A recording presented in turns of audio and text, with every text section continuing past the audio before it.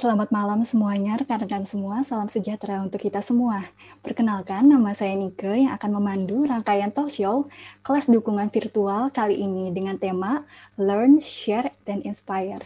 Teman-teman, acara kelas dukungan virtual ini terselenggara berkat kerjasama antara komunitas Help Nona dengan dukungan dari PF Muda Pertamina Foundation. Teman-teman mungkin tidak semuanya tahu ya, apa itu kelas dukungan virtual. Jadi dari sejak bulan Januari, rangkaian kelas dukungan virtual sudah melaksanakan rangkaian kegiatan nih teman-teman. Mulai dari awal, kita mengajak teman-teman untuk mendaftar. Telah ada 609 aplikan yang masuk kepada kita dan itu benar-benar beragam banget teman-teman. Jadi dari yang daftar dari Aceh Barat sampai Raja Ampat, itu ada dari yang teman-teman di Flores, di Tanah Bumbu, itu semua juga ada yang daftar. Dan ada sekitar 40 perwakilan komunitas juga yang mendaftar. Dari situ teman-teman, kita kemudian memilih 80 peserta terbaik untuk kelas dukungan virtual. Nah teman-teman, setelah itu teman-teman dari peserta terpilih ini kemudian diajak nih untuk mengikuti rangkaian webinar kelas dukungan virtual dari 10 expert dari community partner yang mungkin teman-teman udah saksikan.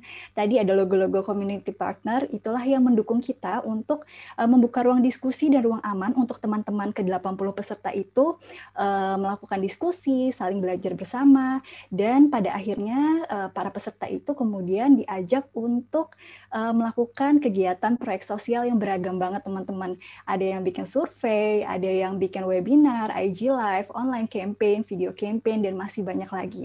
Nah, di tanggal 10 Maret ini teman-teman adalah rangkaian penutup dari kelas dukungan virtual, yaitu rangkaian talk show dan kita akan menghadirkan keempat panelis yang sangat menarik dan kita bisa saksikan seperti itu. Nah, teman-teman, selain dukungan dari PF Muda Pertamina Foundation dan kemudian dibantu untuk difasilitasi oleh komunitas Help Nona, kegiatan ini nggak akan terselenggara kalau bukan juga dukungan dari media partner, seperti dari teman-teman Jadi PNS, juga teman-teman dari Indonesia Volunteering Hub, dari Relawan Hits, dari Karir.id, dari Informasi Event, dari Feminis Event, dan webinar gratis.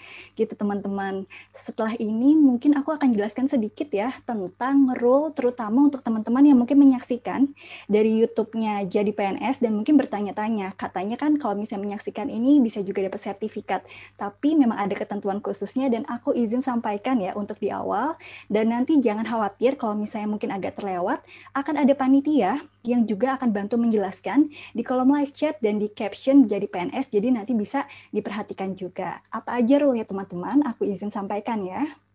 Yang pertama adalah teman-teman diharapkan sudah mengisi form pendaftaran yang dari sejak beberapa minggu lalu sudah kita buka dan saat ini sudah ditutup. Jadi kalau teman-teman yang baru menyaksikannya sekarang dan mungkin belum sempat mengisi form pendaftaran, jadi mungkin belum bisa klaim sertifikatnya gitu. Yang kedua adalah peserta mengikuti live webinarnya karena tentunya kan kita pengen dapat informasi yang menarik juga, diskusi yang menarik juga selama proses ini. Selain itu peserta juga diwajibkan mengambil screenshot gambar saat sedang menyaksikan live gitu selama berlangsungnya webinar ini. Dan kemudian nanti screenshot teman-teman lagi menyaksikan juga bisa sharing juga dengan kemudian mention Help Nona dan mention Pertamina Foundation, dan setelah itu nanti bisa diunggah di form absensi gitu. Mungkin teman-teman kemudian akan bertanya ya, form absensinya linknya di mana gitu. Nah, linknya akan kita bagikan mulai jam 19.30 sampai jam 21.00 nanti. Nanti linknya tersebut akan ada di captionnya kegiatan ini di YouTube-nya Jadi PNS dan juga akan secara berkala oleh panitia diinformasikan di live chat-nya, seperti itu. Terus teman-teman yang mungkin bisa aku bantu sampaikan juga adalah pastikan ya ejaan nama teman-teman itu benar, karena nanti tim panitia akan menuliskan namanya di sertifikat sesuai dengan ejaan nama yang teman-teman itu sampaikan gitu. Informasi juga mungkin akan ada yang bertanya-tanya ya, kapan sih kemudian sertifikat ini akan dikirim, yaitu maksimal di akhir Maret ya gitu. Nanti bisa ditunggu aja sampai akhir Maret. Gitu sih teman-teman untuk rule untuk masalah sertifikat seperti itu. Jadi kalau misalnya jam 19.30 teman-teman pengen tahu linknya bisa coba di refresh tayangan di YouTube-nya. Nanti dari tim Jadi PNS bisa akan menunjukkan di caption tuh linknya itu yang mana dan teman-teman bisa mulai isi gitu. Nah teman-teman selain itu juga dari PF Muda Pertamina Foundation mendukung juga nih teman-teman terutama untuk 6 penanya terbaik akan bisa mendapatkan dana ratusan ribu rupiah untuk bisa bertanya gitu. Jadi teman-teman kalau misalnya ada pertanyaan nih, karena kan nanti ada talk show yang akan diawali oleh moderator. Lalu teman-teman mungkin akan penasaran nih, kayaknya ada pertanyaan-pertanyaan yang belum terjawab. Teman-teman boleh banget bertanya di live chat dengan cara teman-teman bisa tuliskan nama lengkapnya teman-teman, lalu pertanyaannya teman-teman apa, dan kemudian pertanyaan tersebut ditujukan kepada siapa gitu. Jadi ditujukannya jelas ya kepada panelis siapa. Nah setelah itu baru teman-teman bisa dalam kurung di akhirnya bisa disampaikan Instagramnya teman-teman, akunnya apa, atau mungkin kalau nggak ada akun Instagram bisa emailnya apa, seperti itu. Biar kita juga bisa hubungin nih, buat 6 pertanyaan terbaik kita bisa hubungin untuk pengiriman hadiahnya. Seperti itu teman-teman, dan karena memang ini adalah acara penutup kelas dukungan virtual, setelah talk show dengan para panelis berakhir, kita akan mengumumkan 3 peserta terbaik dan 1 kelompok terbaik dari para peserta kelas dukungan virtual. Terima kasih sekali teman-teman atas antusiasmenya, karena terakhir aku cek nih, dan tim cek tuh ada lebih dari 1.200 peserta yang mendaftar, dan semoga juga ikut benar-benar menyaksikan rangkaian diskusi saat ini. Seperti itu teman-teman. Berikut informasi yang aku bisa sampaikan. Mulai saat ini kita akan mulai berdiskusi ya dengan para panelis. Untuk itu aku akan segera panggil nih rekan aku yang akan jadi moderator talk show Learn, Share, Inspire ini, yaitu Kak Ainani. Dipersilahkan untuk Kak Ainani memandu acara talk show-nya dengan para panelis. Terima kasih. Oke, terima kasih banyak Kak Nike atas kesempatannya. Sebelumnya saya ingin menyapa dulu, selamat malam teman-teman semua, selamat datang kembali di talk show kelas dukungan virtual kerjasama Help Nona dengan PF Muda Pertamina Foundation. Perkenalkan lagi, kembali saya Ainani Ifrah. Selama kurang lebih 1 jam ke depan, saya akan memoderasi bincang-bincang kita pada malam hari ini. Nah, masih dalam rangka memperingati Hari Perempuan Internasional, malam ini tema bincang-bincang kita tadi yang sudah sempat disebutkan oleh Kak Nike. Kita akan ngomongin, temanya hari ini adalah Learn, Share, and Inspire. Dan tadi juga Kanika udah bilang bahwa malam ini saya tidak akan sendiri karena sudah ada membagikan pengalamannya, juga ceritanya, serta memantik nanti diskusi kita pada malam hari ini. Nah, sebelumnya saya akan perkenalkan terlebih dahulu satu persatu para panelis. Yang pertama ini ada Mbak Sadia Ma'aruf. Halo Mbak Sadia. Mbak Sadia ini merupakan seorang stand-up komedian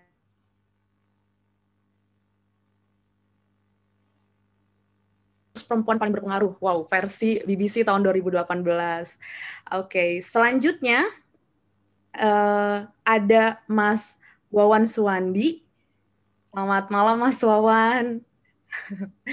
Mas Wawan ini juga merupakan koordinator nasional Aliansi Laki-Laki Baru, dan juga Mas Wawan masih aktif juga yang masih ada di Solidaritas Perempuan, dan juga sempat aktif juga di Jurnal Perempuan. Tuh, oke. Selanjutnya, masih ada lagi. Yang selanjutnya ada Kak Putri Agustina. Halo Kak Putri. Oke, Kak Putri Agustina ini merupakan partner director di Indonesia Volunteering Hub. Terus juga Kak Putri ini juga aktif ya Kak di berbagai kegiatan kerelawanan. Salah satunya pernah menjadi relawan di unit pengaduan untuk rujukan Komnas Perempuan tahun 2014-2015. Wow. Oke. Dan tentunya yang paling kita tunggu-tunggu juga ada Mbak Oktarina Prasetyowati atau Mbak Oke. Halo Mbak Oke. Selamat malam. Ya. Iya, Mbak Oke ini merupakan dosen Departemen Desain di Institut Teknologi Harapan Bangsa. Mbak Oke ini juga aktif gitu ya, menghasilkan karya-karya berupa gambar gitu ya, yang seringkali membahas soal isu gender, relasi dan pengasuhan setara. Oke, ini kalau udah dilihat dari background-nya para panelis nih menarik banget, dan sepertinya benar-benar berasal background-nya dari yang berbeda-beda, tapi kita tahu bahwa tema dan isu yang mau kita bahas malam ini adalah ngomongin soal tadi inspire, share, dan tentunya soal isu gender, relasi, dan kesetaraan. Oke, mungkin pertama saya ingin membuka pertanyaan pertama, mungkin diskusi pertama. Ini pertanyaan mungkin saya tujukan untuk Mbak Sadiah dan Mbak Oke kali ya. tadi kan bahasa dia, kalau bahasa dia dan Mbak Oko nih sebenarnya punya garis yang sama, yaitu maksudnya ngomongin inspire orang di sekitar, ngomongin soal kesetaraan, ngomongin soal isu gender itu melalui karya. Kalau Mbak Dia itu lewat komedi-komedinya gitu ya yang ditampilkan, kalau Mbak Oke lewat gambar. Nah, mungkin ke Mbak Dia dulu deh. Mbak Dia, sebenarnya saya pengen tanya gitu ya, kira-kira pertama kali atau awal mulanya gitu, kepikiran, oh kayaknya memang berangkat dari keresahan apa sebenarnya gitu Mbak. Pertama kali sampai kepikiran bahwa oh kayaknya menarik nih kita ngomongin, kayaknya jokes itu tuh ya kita bisa mengangkat ngomongin soal isu gender itu lewat komedi gitu. Mungkin Mbak Dia bisa share. Ya, terima kasih banyak Mbak Ai juga teman-teman sekalian yang malam hari ini menyaksikan. Terima kasih atas kesempatannya dan terima kasih atas pertanyaannya. Benar sekali bahwa karya apapun itu, terutama seni ya, pada awalnya adalah berawal dari keresahan, kepedulian, terutama keresahan, kepedulian, dan juga yang paling penting lagi adalah suara dan aspirasi. Suara dan aspirasi apa yang ingin kita ekspresikan, apa yang ingin kita sampaikan. Kalau ditanya inspirasinya dari mana sih kok bisa sampai menjadi stand up comedian? Banyak orang yang tidak menyangka bahwa saya tumbuh dibesarkan di lingkungan yang amat konservatif, lingkungan keturunan Arab Hadrami yang konservatif di Pekalongan, dan sejak kecil cukup terpapar dengan berbagai persoalan atau berbagai tantangan yang dihadapi oleh perempuan dan anak-anak perempuan. Salah satunya adalah kekerasan dalam rumah tangga yang terjadi di lingkungan di sekitar saya. Kemudian juga pernikahan anak dengan berbagai alasannya, itu pernikahan anak adalah salah satu yang menjadi concern juga, persoalan pendidikan dan lain sebagainya itu terjadi di lingkungan di mana saya tumbuh dibesarkan, dan ketika saya sudah tidak berada di lingkungan tersebut, ketika mulai berkuliah di luar kota dan lain sebagainya, saya juga menemukan bahwa ketika kita berharap kita akan menemukan lingkungan dengan cara pikir yang lebih terbuka, apalagi di pendidikan tinggi ya, cara pikir yang lebih terbuka, kemudian cara pandang yang lebih progresif, ternyata seperti kita ketahui bersama juga, bahkan di kampus-kampus itu pernikahan di usia sangat muda gitu ya, marak di kampanyekan juga gitu kan, ada seminar-seminar pernikahan. Saya tidak membayangkan sebelumnya ketika saya masuk kampus ya, ketika saya masuk kampus kemudian melihat poster seminar pernikahan kayak gitu, dan poster seminar pernikahan saya pikir, oh oke. Padahal kalau S1 itu kan usianya 17 tahun, 18 tahun gitu kan, kok bicaranya seminar pernikahan, dan itu marak. Kalau sudah di luar kampus seminarnya seminar poligami. Ini kita terbuka aja, ini kenyataan kenyataan bangsa kita. Jadinya karena kuliah udah menikah, jadi lepas kuliah poligami kayak gitu kan, dan ini marak di lingkungan kita, sesuatu yang saya resahkan sejak kecil. Ketika saya kemudian berharap akan lingkungan yang lebih terbuka, bisa berpikir bebas dan lain sebagainya, kok kenyataannya demikian. Makanya apa nih kontribusi saya? Apa yang bisa saya lakukan? Komedi adalah sesuatu yang sangat dekat dengan diri saya sejak kecil juga sesungguhnya. Meskipun saya dibesarkan di lingkungan konservatif, namun tidak serta-merta menjadi pilihan utama tuh. Dari mulai jadi aktivis mahasiswa, demo di jalan, bikin newsletter dan lain sebagainya, itu semuanya sudah dilakukan. Nah, ketika saya kemudian menemukan kembali komedi, saya merasa bahwa ini adalah medium yang efektif untuk berkomunikasi karena tidak judgmental, tidak menggurui, bisa menyentil, bisa bicara soal isu-isu penting dan kritis dengan cara yang subtle, dengan cara yang subliminal gitu. Dan ini sih yang membuat saya menekuninya sampai hari ini untuk membawakan pesan-pesan tentang berbagai isu perempuan yang menjadi keresahan kita bersama. Gitu, Mbak Ai.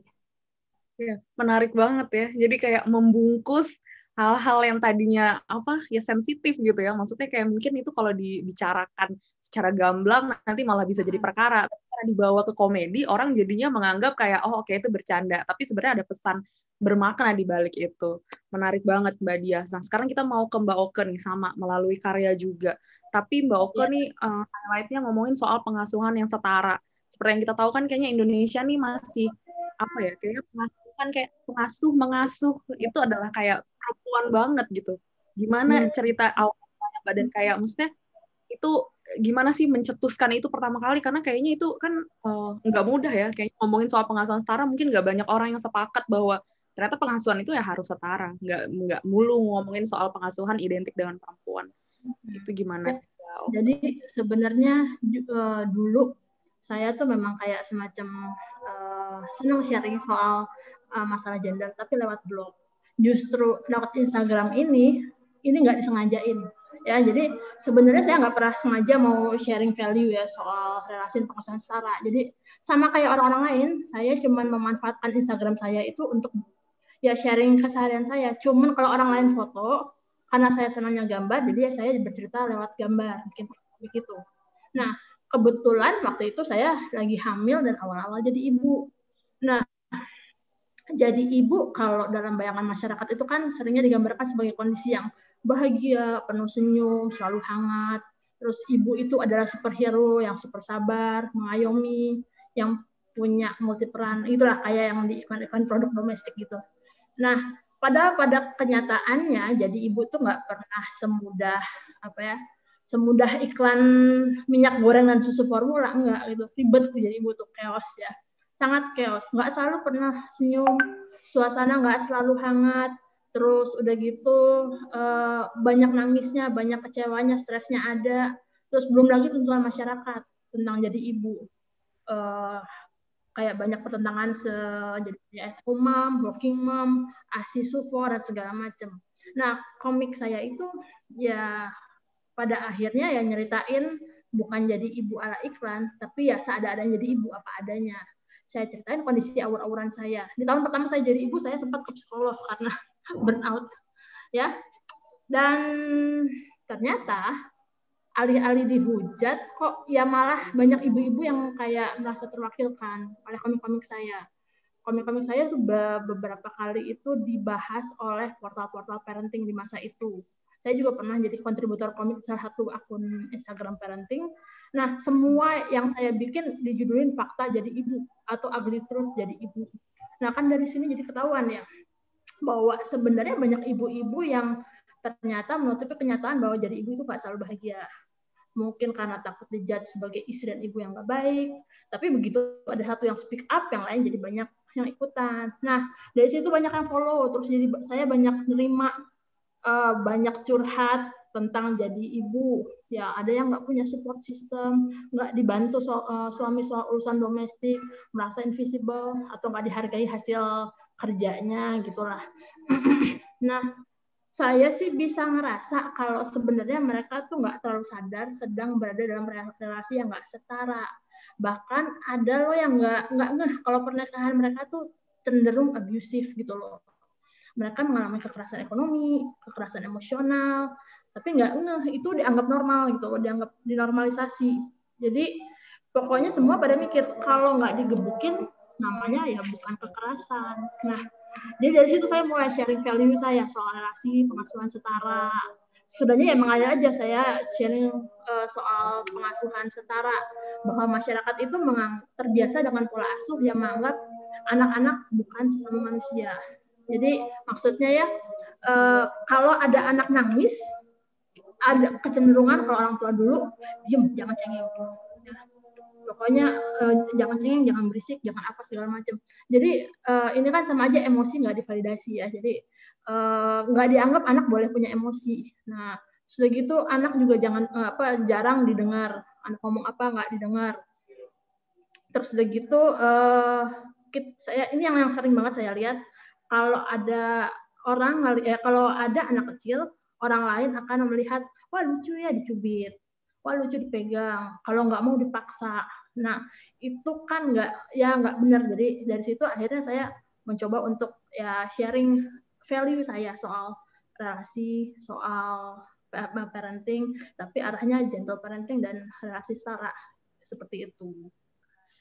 Ya, ini nggak kalah menarik juga nih berarti. Tapi tadi yang bisa saya highlight dari apa yang Mbak Oka sampaikan, bahwa sebenarnya kadang-kadang tuh memang harus ada yang memulai gitu ya. Padahal sebenarnya nggak ada, maksudnya nggak ada yang ngomongin tuh bukan berarti tidak ada di real life gitu ya, nggak ada dalam kenyataannya gitu. Cuman karena nggak ada yang mulai, jadi mungkin orang merasa bingung kapan kira-kira atau kayak apakah benar saya merasakan hal yang sama gitu. Nah, ketika udah ada yang mulai, udah ada yang ngebuat satu karya, akhirnya pas ditonton, oh ternyata saya juga mengalami itu. Nah, ngomong-ngomongin soal itu, berarti kita akan ngomongin soal, nggak jauh-jauh kita akan ngomongin soal gerakan ya, berarti kerelawanan juga menjadi salah satunya. Ini ada Kak Putri yang sudah expert kayaknya di dunia kerelawanan. Gimana tuh Kak? Maksudnya gimana cara kita tuh pertama kali gitu ya untuk kayak misalkan membangun satu apa ya, kayak kolaborasi, atau misalnya kita pertama kali memikirkan satu gerakan atau kegiatan-kegiatan ya terkait kerelawanan juga ya, maksudnya ngomongin soal isu-isu setara, karena seringkali kan ini apa sebelum-sebelumnya kayaknya nggak naik ke permukaan karena mungkin nggak ada yang mulai juga gitu, nggak ada yang mulai ngomongin juga. Kalau Mbak Diah dan Mbak Oke ngomonginnya lewat karya gitu. Nah, kalau untuk kayak Mbak Putri sendiri gitu ya, selama mengikuti atau selama menginisiasi berbagai kegiatan kerelawanan, sebenarnya tantangan apa sih yang muncul gitu ya di tengah-tengah apa ya dunia untuk mengangkat isu-isu setara, inklusif dan bebas dari kekerasan ini tuh, tantangannya seperti apa sih Kak Putri sebenarnya? Oke, terima kasih Kak Ai. Jadi kalau nanya soal tantangan di dunia kerelawanan, sebenarnya ada beberapa tantangan. Yang pertama sih sebenarnya kalau dulu aku bikin ID volunteering itu berawal dari keresahan, Kak. Keresahan pengen lebih banyak lagi anak muda untuk jadi relawan gitu. Itu aku buat kan 2012 ya. 2012 itu dulu mindsetnya relawan hanyalah yang kayak di pasca bencana gitu loh. Jadi sebenarnya jenisnya banyak kan, yang di lingkungan, di kesehatan, bahkan di kemanusiaan. Dulu pertama kali aku relawan memang di isu pendidikan, karena background memang ke pendidikan gitu. Backgroundnya kan mahasiswa di UNJ. Jadi waktu itu aku, keresahanku waktu itu di pendidikan sebenarnya. Terus seiring berjalannya waktu, kalau tadi boleh cerita lebih detail lagi tentang pengalaman aku di Komnas Perempuan itu pertama aku ikutan program gitu. Program namanya Girls 20 Summit di Rusia, Kak. Jadi waktu itu aku terpilih gitu, dan di sana emang programnya bertemu perempuan-perempuan perwakilan negara G20. Dulu itu aku cuma concern di pendidikan, ya ngajar gitu, kayak gitu aja. Tapi pas di sana ternyata materi yang disajikan adalah tentang isu perempuan yang bisa berperan dalam bisnis, dalam pemerintahan, dalam sosial, dan segala macam. Pokoknya perempuan itu bisa. Terus di situ dikasih ide-ide tentang bagaimana perempuan berkarya, bagaimana perempuan berperan gitu. Dulu aku nggak ada kepikiran tentang apa sih isu perempuan, dulu tuh aku nggak tahu, Kak. Gitu. Jadi dulu tuh belum ada keresahan di situ. Dan aku pas di program itu mulai muncul keresahan, karena waktu itu materi yang disajikan, contoh pernikahan anak usia dini di daerah Timur Tengah gitu ya. Kayak gitu, oh kayak gitu ya. Dulu aku nggak tahu tuh, zaman mahasiswi nggak tahu kayak gitu, nggak terlalu aware gitu. Nah pasca program kan diharapkan ya membuat suatu perubahan gitu di negara sendiri gitu. Dan aku ngelihat peluang di Komnas Perempuan tuh, Kak. Aku coba daftar, ikutin seleksinya, ada tes tertulis, wawancara, dan di situ contoh wawancaranya ya, aku ingat banget nih, yang dulu tuh aku bingung jawabnya gimana. Menurut kamu aborsi itu boleh gak? Gitu, aku tuh dulu bingung jawabnya boleh atau enggak, serius waktu itu gitu. Tapi nggak tahu kenapa bisa terpilih di situ. Mungkin jawaban aku waktu itu ya sesuai sama panelisnya gitu kan ya. Jadi dulu pertanyaan seperti itu aja aku masih bingung jawabnya bagaimana. Jadi pertama kali soal isu adalah keresahannya dulu, keresahan yang muncul. Terus dalam menjalani volunteering itu kan banyak suka dukanya, Kak. Jadi suka duka itu kan volunteer itu kan menolong, aktivitas menolong, sukarela, nggak dipaksa gitu. Dan sukanya kan orang ngerasa kalau jadi volunteer itu dia bisa terlibat dalam hal sosial, terus dia bisa produktif, bisa ngembangin diri mereka, itu seperti itu. Tapi ada beberapa hal yang menjadi tantangan kalau kita jadi relawan. Yang pertama, kalau zaman mahasiswa, kalau sekarang jadi volunteer mahasiswa itu manajemen waktu, terus kurangnya dukungan sekitar, ngapain sih jadi relawan, capek-capekin diri, gak dibayar lagi, kayak gitu loh. Jadi banyak sentilan-sentilan yang seperti itu yang bisa kan padahal yang paling utama jadi volunteer itu niat untuk membantu, menolong gitu. Tapi kadang-kadang dukungan eksternal tuh tidak terlalu mendukung. Makanya harus punya motivasi yang kuat, motivasi internal yang kuat untuk bisa terus bergerak di isu-isu apapun sebenarnya. Kalau ide volunteering itu sebenarnya isunya apa aja. Isu pendidikan kita dukung, karena kita ini adalah platform yang nge-boost lowongan-lowongan atau kesempatan menjadi relawan di isu apapun, termasuk isu kesetaraan. Dan kebetulan di Komnas Perempuan kan kemarin aku 2014 tuh sampai 1 tahun berjalan.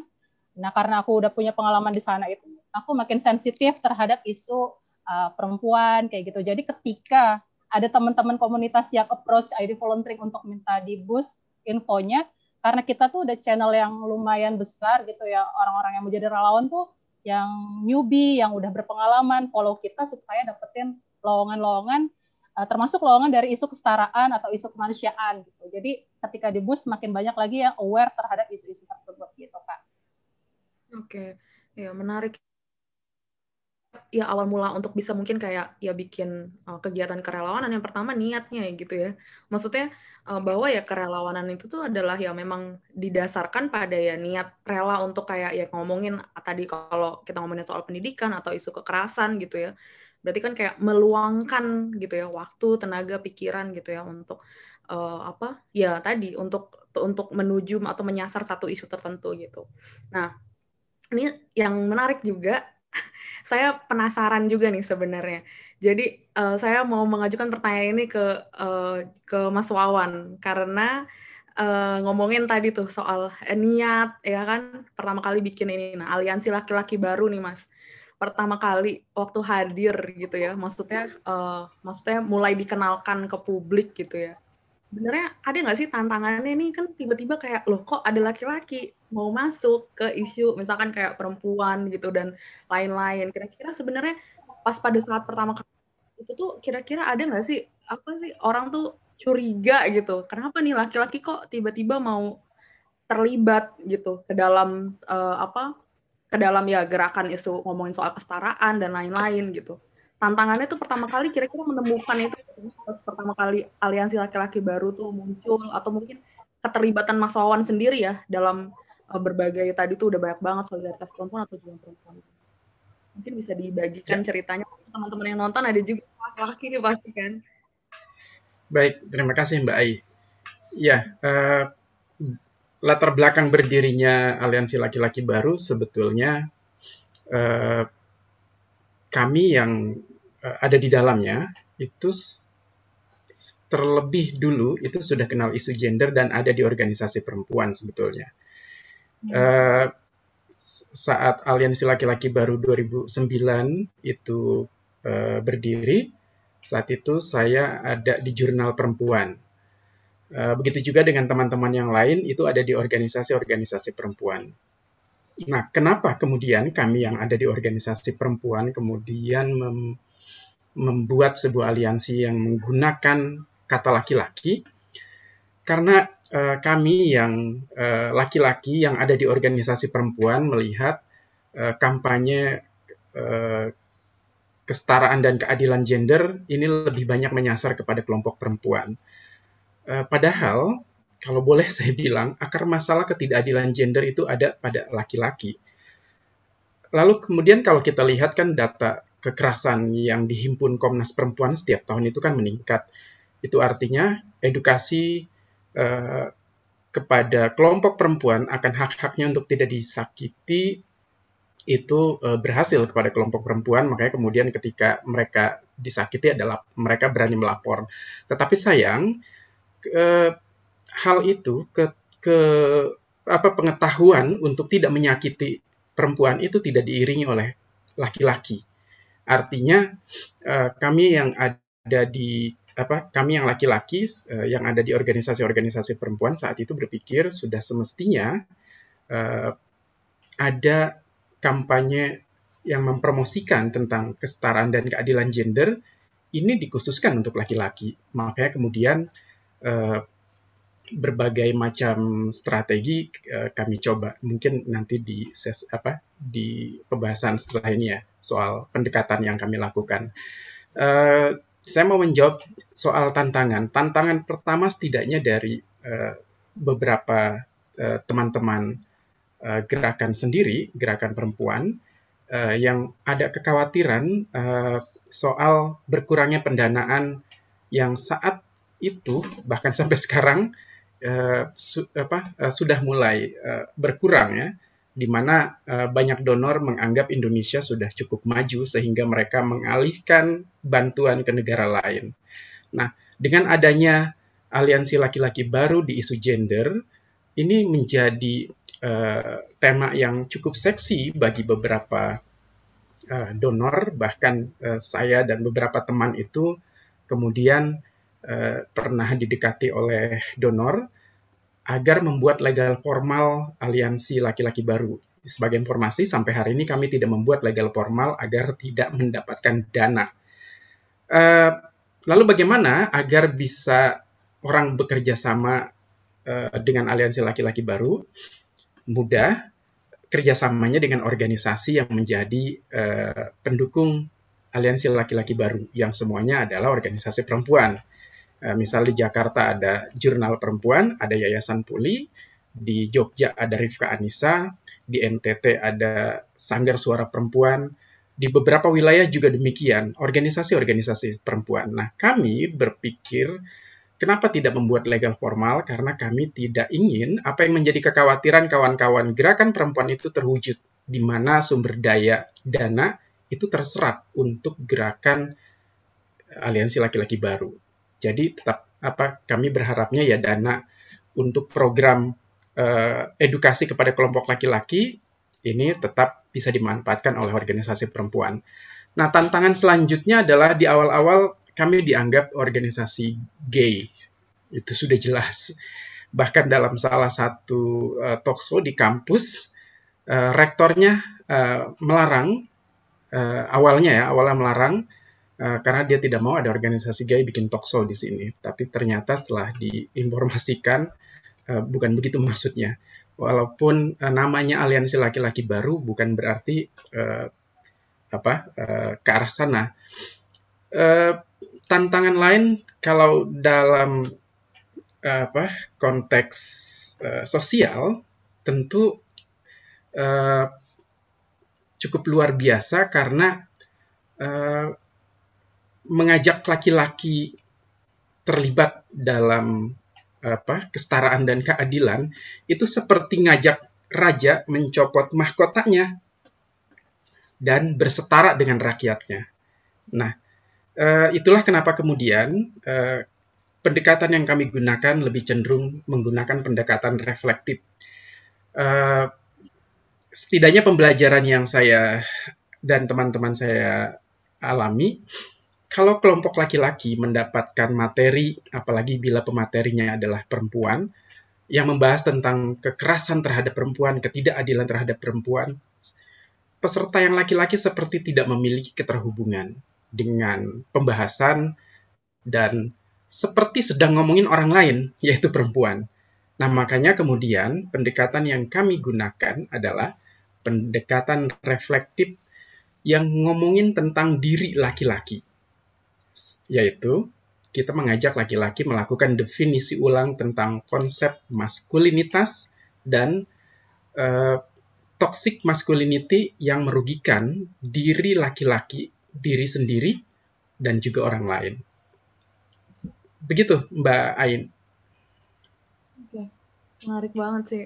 Ya, jadi kalau yang bisa saya tangkap gitu ya dari apa yang tadi Mas Soan bilang, bahwa ya pendekatannya memang sedikit berbeda gitu ya Mas ya. Mungkin karena meskipun maksudnya berasalnya memang sebenarnya teman-teman di Aliansi Laki-Laki Baru sendiri sebenarnya memang berasal dari ya sama-sama yang concern di gerakan perempuan gitu, tapi pada akhirnya kan karena identitas-identitas tadi yang sehingga menimbulkan kekhawatiran gitu kan.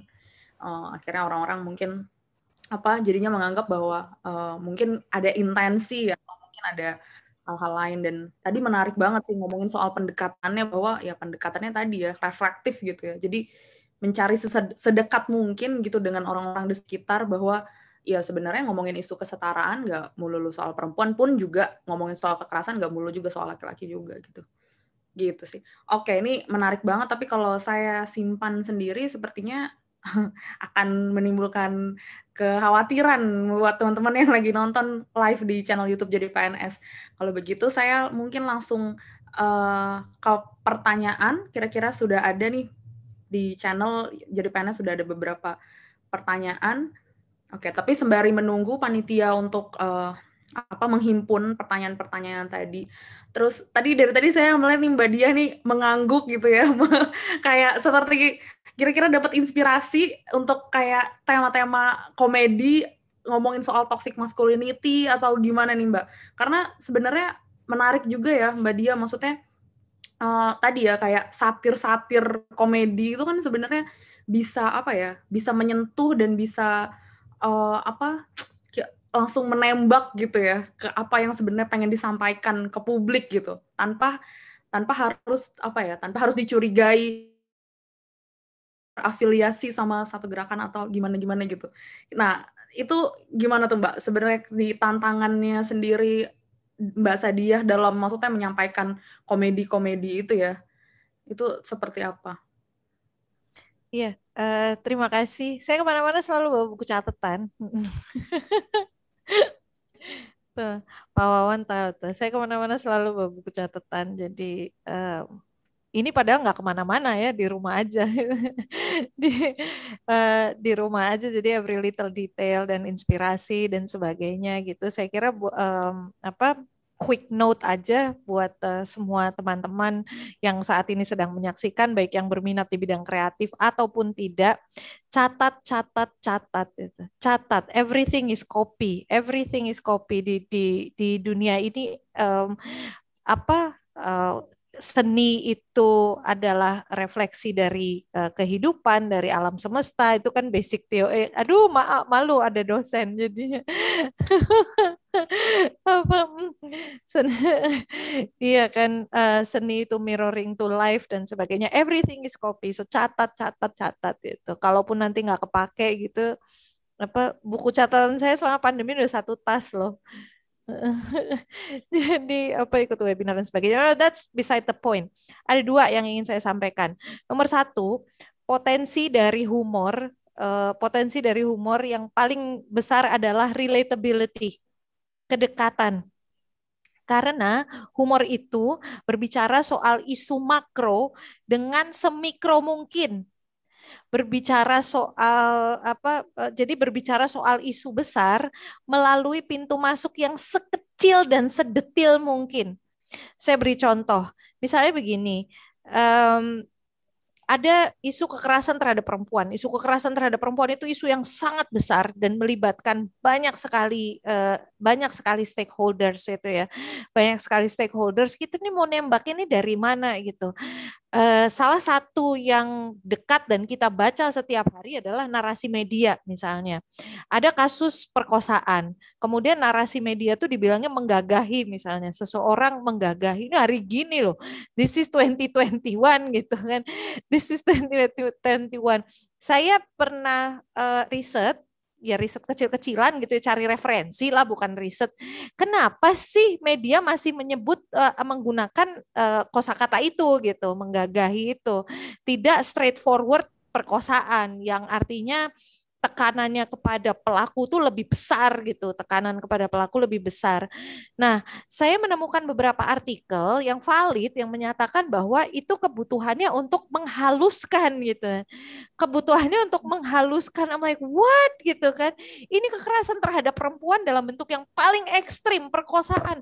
Kenapa perlu dihaluskan? Nah, untuk raise awareness, untuk membangun kesadaran soal ini, peran saya sebagai komedian apa sih? Kita dengan beberapa teknik ya kita balikkan aja narasinya. Oh gitu kan. Oh gitu menghaluskan. Kalau mau menghaluskan sekalian deh konsisten semua pemberitaan tuh menghaluskan. Misalnya nih ada berita perampokan gitu kan, sekalian dihaluskan. Seseorang gitu kan. Saya bilang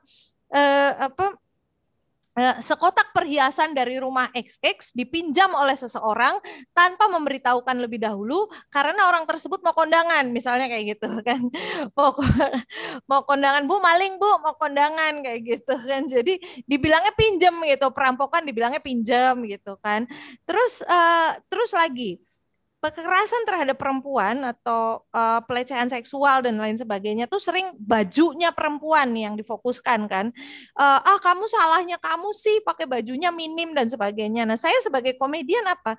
Mainnya kan di narasi. Oh, oke, bajunya minim gitu. Baju minim versus baju tertutup. Nah, saya bilang, "Oh, gini deh ya. Bagi Anda yang tidak bisa tahan lihat perempuan bajunya tidak bisa tahan, tidak bisa menundukkan pandangan lihat bajunya minim, mohon menahan diri untuk di rumah saja dan keluar saat momen-momen wisuda." Tuh, semuanya pakai toga kayak gitu. Semuanya. Jadi silakan deh beredarnya di momen-momen wisuda semuanya pakai toga gitu kan, pakai kebaya lengkap, pakai apa sih topi wisuda? Aduh, aku udah lama deh nggak wisuda. Artinya bagaimana kita memainkan hal-hal yang kecil untuk bicara sesuatu yang besar. Itu potensi yang terbesar dari komedi. Tantangan yang utama adalah saat ini bangsa kita ini lagi krisis selera humor gitu kan. Lagi krisis selera humor, terutama yang disampaikan oleh perempuan, karena apapun saat ini yang keluar dari mulut dan karya perempuan itu dibilangnya emosional, berbohong, berlebihan, SJW dan lain sebagainya tuh udah siap gitu amunisi untuk menyerang. Belum lagi kalau kita berbicara soal konservatisme di Indonesia. Jadi sebagai perempuan tuh serangannya kanan kiri tuh, dari kanan yang konservatif, dari kiri yang leftist yang yang kemudian bukan dari kanan sih sebenarnya ya, dari masyarakat netizen yang kemudian apapun yang keluar dari mulut perempuan itu tidak layak untuk dikeluarkan. Oh, ini benci laki-laki, ini pasti jablay gitu kan. Selalu demikian. Saya kira itu tantangan yang utama yang kemudian discouraging ya, membuat kita membuat paling tidak mereka yang ingin bersuara itu jadi berpikir ulang nih gitu. Sadar nggak sadar kita kalau mau nge-tweet tuh diedit sampai 3-4 kali loh hari gini. Sadar nggak sadar mau nge-tweet atau posting Instagram gitu. Jadi itu potensinya besar, tantangannya juga besar, tapi potensi ini saya kira yang perlu kita pegang terus karena harapan itu harus selalu dinyalakan. Oke. Betul. Ini tadi pertanyaan tadi itu sebenarnya ada pertanyaan dari Iza Amalia Hairamah nih yang di channel udah YouTube. Ada. Halo Iza. Jadi tadi menanyakan tadi Mbak yang tadi sudah aku sampaikan gitu ya, bahwa ternyata ya tadi ya tantangannya sebenarnya peluang hal baiknya gitu ya, komedi tuh bisa sangat relatable gitu ya, dari ngomongin hal yang besar kita jadi diperkecil sehingga orang tuh jadi lebih merasa dekat gitu sama apa yang diomongin. Tapi mungkin tantangannya tadi ternyata bahwa kita krisis humor di Indonesia kayak saat ini ya Mbak ya. Jadi itu, tapi sebenarnya sudah seberapa efektif sih Mbak? Atau kayak maksudnya kalau dari pengalamannya Mbak Dia sendiri selama menyampaikan tadi ya lewat komedi itu sebenarnya sudah seberapa efektif? Atau sebenarnya nanti orang yang nonton malah jadi salah fokus? Harusnya niatnya mau menyampaikan A tapi malah yang disampaikan jadi B gitu.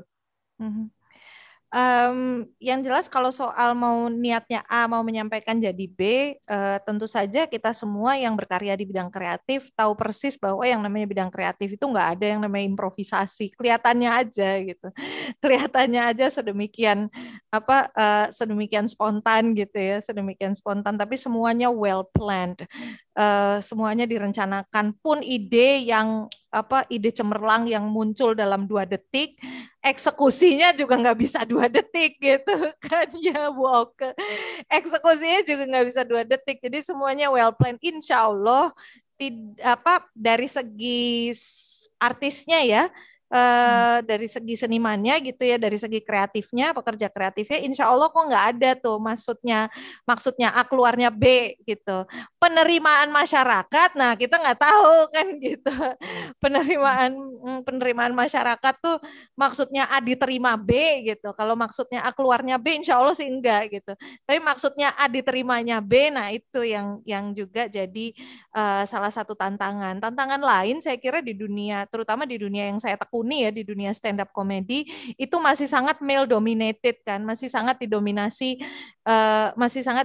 laki-laki. Suara perempuan itu kecil sekali. Saya pernah ikut salah satu festival komedi, pesertanya itu 100 lebih komedian perempuannya itu nggak ada 10 gitu.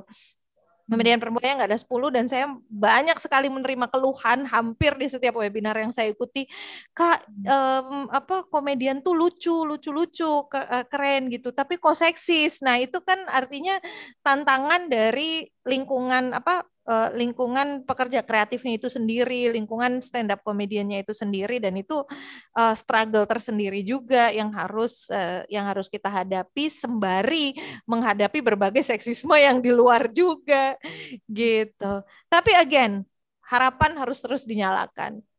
Betul, sepakat sih. Betul. Oke, menarik banget sih ini. Ya tadi ya, bahwa ya sebenarnya walaupun kita dihadapkan terus ya sama batu-batu yang menghalang di depan, tapi ya memang harus terus digaungkan gitu ya, harus terus diangkat terus ke permukaan. Nah, gitu saya mau, ini ada pertanyaan juga nih buat Mbak Oke. Ini menarik nih, cuman memang agak ini ya, gimana sih, ini pertanyaannya dari Yohana Kristania. Katanya dia ingin bertanya ke Mbak Oke, sebenarnya dari cerita-cerita yang pernah dibuat gitu ya, gimana sih maksudnya adakah perempuan-perempuan yang merasa bahwa kesulitan gitu ya untuk membuktikan kepada misalkan pasangannya, dalam hal ini misalnya suaminya gitu, bahwa dia misalkan tetap ingin berkarir gitu. Terus juga, terus gimana tuh Mbak Oke pengalamannya, maksudnya apakah perempuan akhirnya kayak dihadapkan pada ini mau berkarir terus tapi karena ada tantangan terus dibilang kayak ya harus mengurus rumah tangga juga gitu. Nah, ini kan kayaknya dilema-dilema yang dihadapi gitu ya sama perempuan-perempuan di tengah kita budaya yang sangat patriarkis ini gitu ya. Domestifikasi terhadap perempuan itu gimana Mbak Oke? Ini pertanyaan dari Yohana Kristania. Oke, jadi memang sering, jadi sebenarnya sumber dari segala gambar saya itu adalah kebanyakan dari curhat-curhat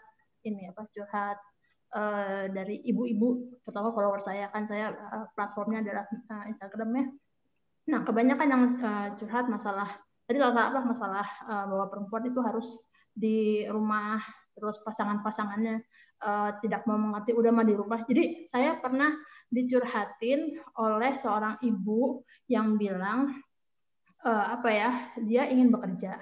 Oke, dia ingin bekerja, tapi kemudian sang suami bilang, ya udah tuh tukeran aja, saya cuma di rumah nonton sinetron, kamu yang nyari nafkah. Nah kayak gitu. Nah itu kadang-kadang sama saya itu ya memang agak, itu ketika saya membacanya saya agak kesel. Nah karena saya medianya visual, kemudian saya berusaha untuk mengatakan bahwa sebenarnya yang namanya peran gender itu bukan kodrat. Ya, saya selalu menekankan itu bukan kodrat, tapi itu adalah bentukan atau struktur dari masyarakat sosial. Jadi sebenarnya mau perempuan bekerja atau mau laki-laki bekerja itu berdasarkan kesepakatan dari internal aja. Jadi saya sering mengedukasi masalah tersebut tuh. Jadi karena medianya visual ya saya bikin komik seperti itu. gitu. Nah, lalu untuk mengatasi anggapan bahwa menjadi ibu rumah tangga itu mudah, saya menempatkan diri sebagai, karena saya juga kerja ya, terus saya sebenarnya saya agak-agak amfibi gitu loh, kerja nggak full time, jadi bukan kayak misalnya kerja di di kantor bank gitu loh, saya fleksibel waktunya, tapi saya kerja, jadi kadang-kadang saya jadi ibu rumah tangga, kadang-kadang saya jadi saya jadi perempuan bekerja. Saya pun bikin sebuah komik yang menggambar, yang pada akhirnya saya bilang, daripada jadi ibu rumah tangga, daripada jadi perempuan bekerja, sebenarnya lebih berat jadi ibu rumah tangga. Kalau bekerja itu waktunya pasti ya 9 sampai 5 udahnya nggak mikirin apa-apa. Jadi ibu 24 jam. Anak malam-malam nangis, bangun juga gitu.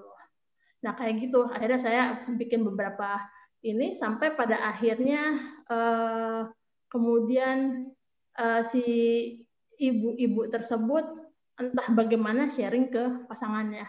Ini loh sebenarnya jadi ibu tuh begini. Kayaknya sebenarnya masalahnya adalah mereka nggak berani gitu loh ngomong gitu, bahwa pekerjaan mereka berat. Karena apa? Karena dalam masyarakat selalu berpikir bahwa yang namanya jadi ibu rumah tangga tuh gitu doang gitu. Sementara saya kemarin sempat bilang, nggak ada tanggal merah buat ibu-ibu, nggak ada. Cuti nggak ada. Terus udah gitu nggak boleh sakit, nggak boleh ini, nggak boleh itu. Terus udah gitu kalau misalnya pengen istirahat, misalnya me time gitu ya, pergi kemana, ke Indomaret lah. Nggak boleh nyebut merek ya, kemana lah ya, ke minimarket gitu. Terus pasti akan ada yang nanya tetangga, kok anaknya tinggal, kok jadi ibu gitu banget sih. Nah, seperti itu.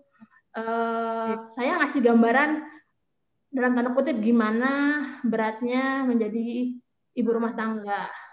Ya, bahkan sampai yang kalau di kantor pekerjaannya satu divisi itu ada pelaksana, ada pemimpin, ada macam-macam ya. Jadi ibu dia yang ngerancanain, dia yang ngerjain, dia yang evaluasi, semuanya jadi overlap. Pada akhirnya sama saya bikin seperti itu, mereka sharing ke suaminya, dan nggak tahu kenapa tiba-tiba ada yang bilang, akhirnya suami saya mau tukeran, nyobain, saya disuruh pergi, dan ternyata dia mengaku bahwa itu berat gitu. Terus udah gitu, akhirnya dari situ mulai apa yang diinginkan istrinya mulai didengar gitu. Sampai akhirnya pengen punya uang sendiri, pengen apa segala macam mulai didengar. Nah, itu saya nggak tahu kenapa saya kok jadi membuat saya yang sering mendapat kayak kritik, kan kalau laki itu harus jadi pemimpin apa segala macam, melihat ada kayak input gitu, terutama di DM, itu membuat saya bikin lagi saya berkarya lagi gitu. Kurang lebih seperti itu. Jadi menggambarkan bahwa sebenarnya tadi ya pekerja nggak ada sebenarnya peran-peran yang disematkan gitu tuh oleh sosial gitu ya. Sebenarnya kayak kita sendiri punya kuasa untuk mengatur peran kita seperti apa gitu, baik perempuan maupun laki-laki. Nah, kalau gitu saya ini ada pertanyaan buat Mas Wawan, masih terkait sama kayak ini kan gimana sih Mas sebenarnya cara gitu ya, strategi tadi kalau dibilang reflektif, tapi maksudnya mungkin hal-hal yang lebih konkret gitu ya. Gimana caranya? Ini pertanyaannya saya sebutkan dulu nanti. Ada pertanyaannya dari Aldebran RR gitu. Gimana kira-kira cara yang paling tepat gitu untuk menghadapi tadi, misalkan kayak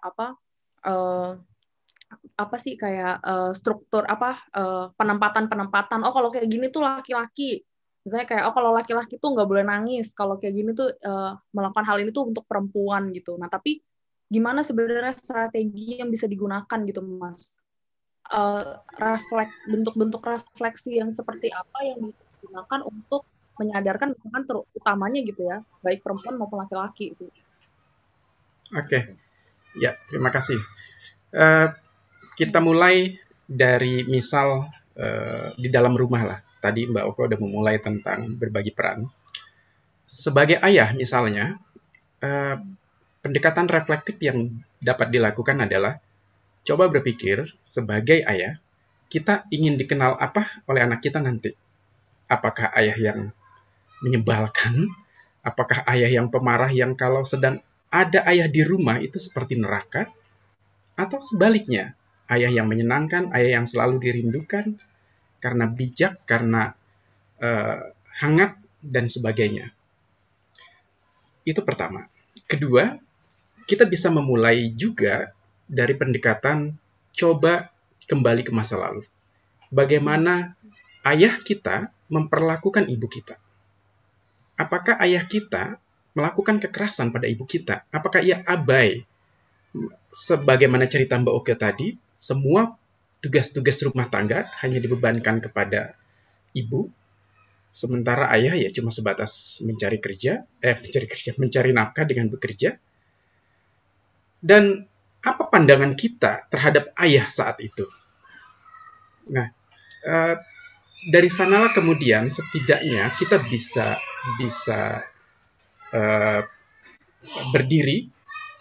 Kita ingin menjadi ayah yang seperti apa? Sorry, ini anak. Saya tutup pintu dulu ya. Jam segini masih banyak yang main. Oke, kemudian dalam konteks remaja. Kalau dalam konteks remaja, ini bisa saya kaitkan dengan praktik masculinity negatif atau toxic masculinity. Toxic masculinity adalah sebuah perilaku yang berbahaya, praktik-praktik yang berbahaya bagi diri sendiri dan juga orang lain. Laki-laki agar dibilang keren, agar tidak dibully, agar tidak dihina sebagai bukan laki-laki, banci dan sebagainya, lalu dia mendapat undangan untuk tawuran. Saya nggak tahu undangan tawuran lewat surat atau apa gitu. Nah, ketika dia dapat undangan tawuran dari temannya, kalau dia masih sekolah, dari teman sekolahnya, atau dari teman kampusnya, atau dari teman nongkrongnya, lalu dia karena masih mempraktikkan toxic masculinity, asumsi yang dibangun saat itu, atau penghayatannya adalah, kalau saya tidak ikut, saya akan dibilang banci, saya dibilang bukan laki-laki, bisa kemungkinan saya tidak lagi ditemenin. Dan saya nggak jadi kelihatan keren. Nanti saya dibilang, segitu aja, takut. Nah, makanya kemudian lebih memilih ikut temannya tawuran. Padahal kita tahu, tawuran adalah praktik yang berbahaya. Bener kan ya? Minimal benjol lah setidaknya. Selanjutnya, tadi Mbak Aib bilang laki-laki tidak boleh menangis. Ini juga masuk kategori toxic masculinity. Mbak Oke tadi di awal sudah sangat jelas bagaimana menjelaskan ada orang tua yang memperlakukan anak bukan sebagai manusia. Nah, dalam konteks perspektif gender, laki-laki adalah korban pola asuh yang demikian. Saya gemes nih Mbak Oke. Karena kenapa? Kalau ada anak laki-laki pulang main, berantem sama temennya dan nangis, itu dimarahin sama orang tuanya. Anak cowok kok nangis? Nih, ambil kayu, balas sana. Pada akhirnya, anak laki-laki tidak bisa mengenali jenis-jenis emosi. Makanya kemudian, kenapa laki-laki cuma punya 2 jenis emosi, senang dan marah. Lapar, marah. Senggol dikit, marah gitu. Itu laki-laki apa gitu. Nah, kenapa saya bilang itu bagian dari pola asuh yang pada akhirnya merugikan laki-laki? Karena sebetulnya jenis pola asuh yang demikian pada akhirnya menyumbang atau berkontribusi lah di mana angka bunuh diri laki-laki itu paling tinggi baik di dunia maupun di Indonesia dibanding perempuan. Kenapa? Karena laki-laki tidak punya kanal untuk menyalurkan emosinya dan karena laki-laki sedari kecil tidak diperkenalkan dengan jenis-jenis emosi. Kapan? Apakah dia sedang sedih? Apakah dia sedang marah? Kalau sedang sedih harus apa? Sedang lapar harus apa? Makanya kemudian ada banyak laki-laki yang kalau punya masalah disikapinya dengan kekerasan. Karena kalau ada laki-laki punya masalah, terutama dengan laki-laki lain, diselesaikan dengan dialog, habislah dia dibully. Laki-laki macam apa punya masalah kok didiskusiin? Buat apa Tuhan menciptakan tangan dan kaki? Ya buat main bola, buat makan, buat jalan. Oke, Berbeda dengan perempuan yang menurut survei punya keinginan bunuh diri itu, punya keinginan bunuh diri itu lebih banyak, lebih tinggi ketimbang laki-laki, tetapi tidak melakukan sebagaimana laki-laki. Karena perempuan punya kanal untuk menyalurkan, yaitu bercerita, menangis. Dengan itu saja itu sudah bisa tersalurkan, setidaknya keinginan kemarahan itu tensinya agak turun. Nah, laki-laki bila melakukan itu, menangis, bercerita kalau punya masalah, habislah dia dibully sebagai bukan laki-laki. Padahal Basuki Sudirman sudah jelas dulu bilang tidak semua laki-laki. Mbak Putri mungkin nggak tahu siapa itu Basuki Sudirman ya. Oke. Pada akhirnya, ketika laki-laki tidak bisa mengenali emosinya, laki-laki kemudian kalau punya masalah itu dipendam saja di dalam dirinya, di dalam dadanya lah. Inilah yang kemudian disebut dengan bom waktu. Jadi laki-laki dengan konstruksi sosialnya sebagai orang yang kuat, ya, pemberani, lalu didukung dengan pola asuh yang sebagaimana diceritakan Mbak Oke, pada akhirnya dia kalau punya masalah dipendam saja terus di dalam hati, mulai dari dia anak-anak, remaja, dewasa. Itulah kenapa kemudian ada banyak laki-laki yang mempraktikkan perilaku impulsif. Dia mudah sekali tertrigger dengan sesuatu, mudah marah, dan itu pada akhirnya laki-laki ya puncaknya melakukan praktik-praktik berbahaya, salah satunya adalah bunuh diri. Jadi menurut saya pertanyaan tadi adalah tentang laki-laki dan perempuan, menurut saya itu sama-sama harus bisa mengenali emosinya. Kalau sedang burnout, sedang sangat sedih, dan ingin nangis, nangis aja gitu. Punya masalah, sangat sedih, mau nangis, nangis aja. Dan silakan bercerita dengan orang yang kita percaya. Bukan berarti laki-laki menangis, kemudian jenis kelaminnya berubah jadi kecapi. Tidak, saya yakin tidak akan. Saya jamin tidak akan maksudnya. Begitu Mbak Ai. Oke, ini menarik sih Mas. Benar bahwa yang perlu kita pahami ya, bahwa sebenarnya ya, bahwa laki-laki maupun perempuan sebenarnya adalah manusia gitu kan. Jadi kayak ya sebagaimana manusia ya bahkan secara biologis gitu ya, bahkan secara psikologis kan memang sudah pasti ada emosi dan lain-lain. Dan ternyata maksudnya kalau dari yang tadi Mas Wawan bilang bahwa sebenarnya pola pengasuhan itu sebenarnya berkontribusi juga gitu terhadap pembentukan tatanan sosial selanjutnya gitu. Karena kan pada akhirnya individu ini setelah dewasa, setelah dia mulai bisa beradaptasi sama sosial, ya akhirnya dia bisa memberikan pengaruh gitu kan ke orang-orang di sekitarnya, dan cara dia bersikap pun akhirnya sedikit banyak dipengaruhi oleh bagaimana dia diasuh pada saat dia gitu. Oke. Nah, kalau berarti kan ini kan menarik ya, maksudnya ini tema yang maksudnya mungkin ngomongin soal toxic masculinity, hal-hal yang mungkin maksudnya masih mungkin belum banyak gitu ya, mungkin diperbincangkan. Nah, ini ada pertanyaan dari Fatia Alfania. Fatia, betul. Fatia Alfania. Ini pertanyaannya ditujukan untuk Kak Putri. Jadi gimana Kak, ini katanya dia sebagai mahasiswa, kira-kira gimana sih caranya kita sebagai, misalnya dalam hal ini dia mahasiswa pengen ngomongin, speak up tentang sesuatu hal yang mungkin belum banyak dibicarakan sama orang gitu. Gimana untuk meyakinkan bahwa yang saya apa yang saya mau perjuangkan, atau yang misalkan dia mau bikin satu kegiatan atau gerakan gitu ya, ini tuh tepat gitu. Karena misalkan kayak masa gitu doang sih gitu, nggak terlalu berpengaruh atau seperti apa. Nah, kira-kira gimana cara untuk memulai dan meyakinkan ternyata meskipun ini belum banyak dibicarakan, tapi ternyata ini penting loh gitu. Yakinkan diri gitu, biar walaupun misalkan lingkungan di sekitarnya ngerasa kayak itu kayak banget deh yang kamu perjuangin tuh kayaknya nggak akan signifikan gitu. Gimana tuh Kak? Oke, terima kasih atas pertanyaannya Pak Fatia. Jadi kalau mau mulai gerakan, memang pada dasarnya kita harus tahu apakah ada kebutuhan, apakah ada orang lain yang membutuhkan ini gitu. Jadi ada yang pakai cara riset, ada yang langsung terjun. Tapi lebih baik ya riset dulu, melihat dari sekeliling, riset kecil-kecilan aja gitu. Apakah benar kegiatan yang ingin dia inisiasi itu akan berguna gitu. Lalu setelah melakukan riset itu udah eksekusi, karena kalau hanya ide gitu kan ya tidak akan ketahuan hasilnya berjalan atau tidak, works atau enggak kalau nggak dieksekusi. Jadi sebaiknya ya dieksekusi aja.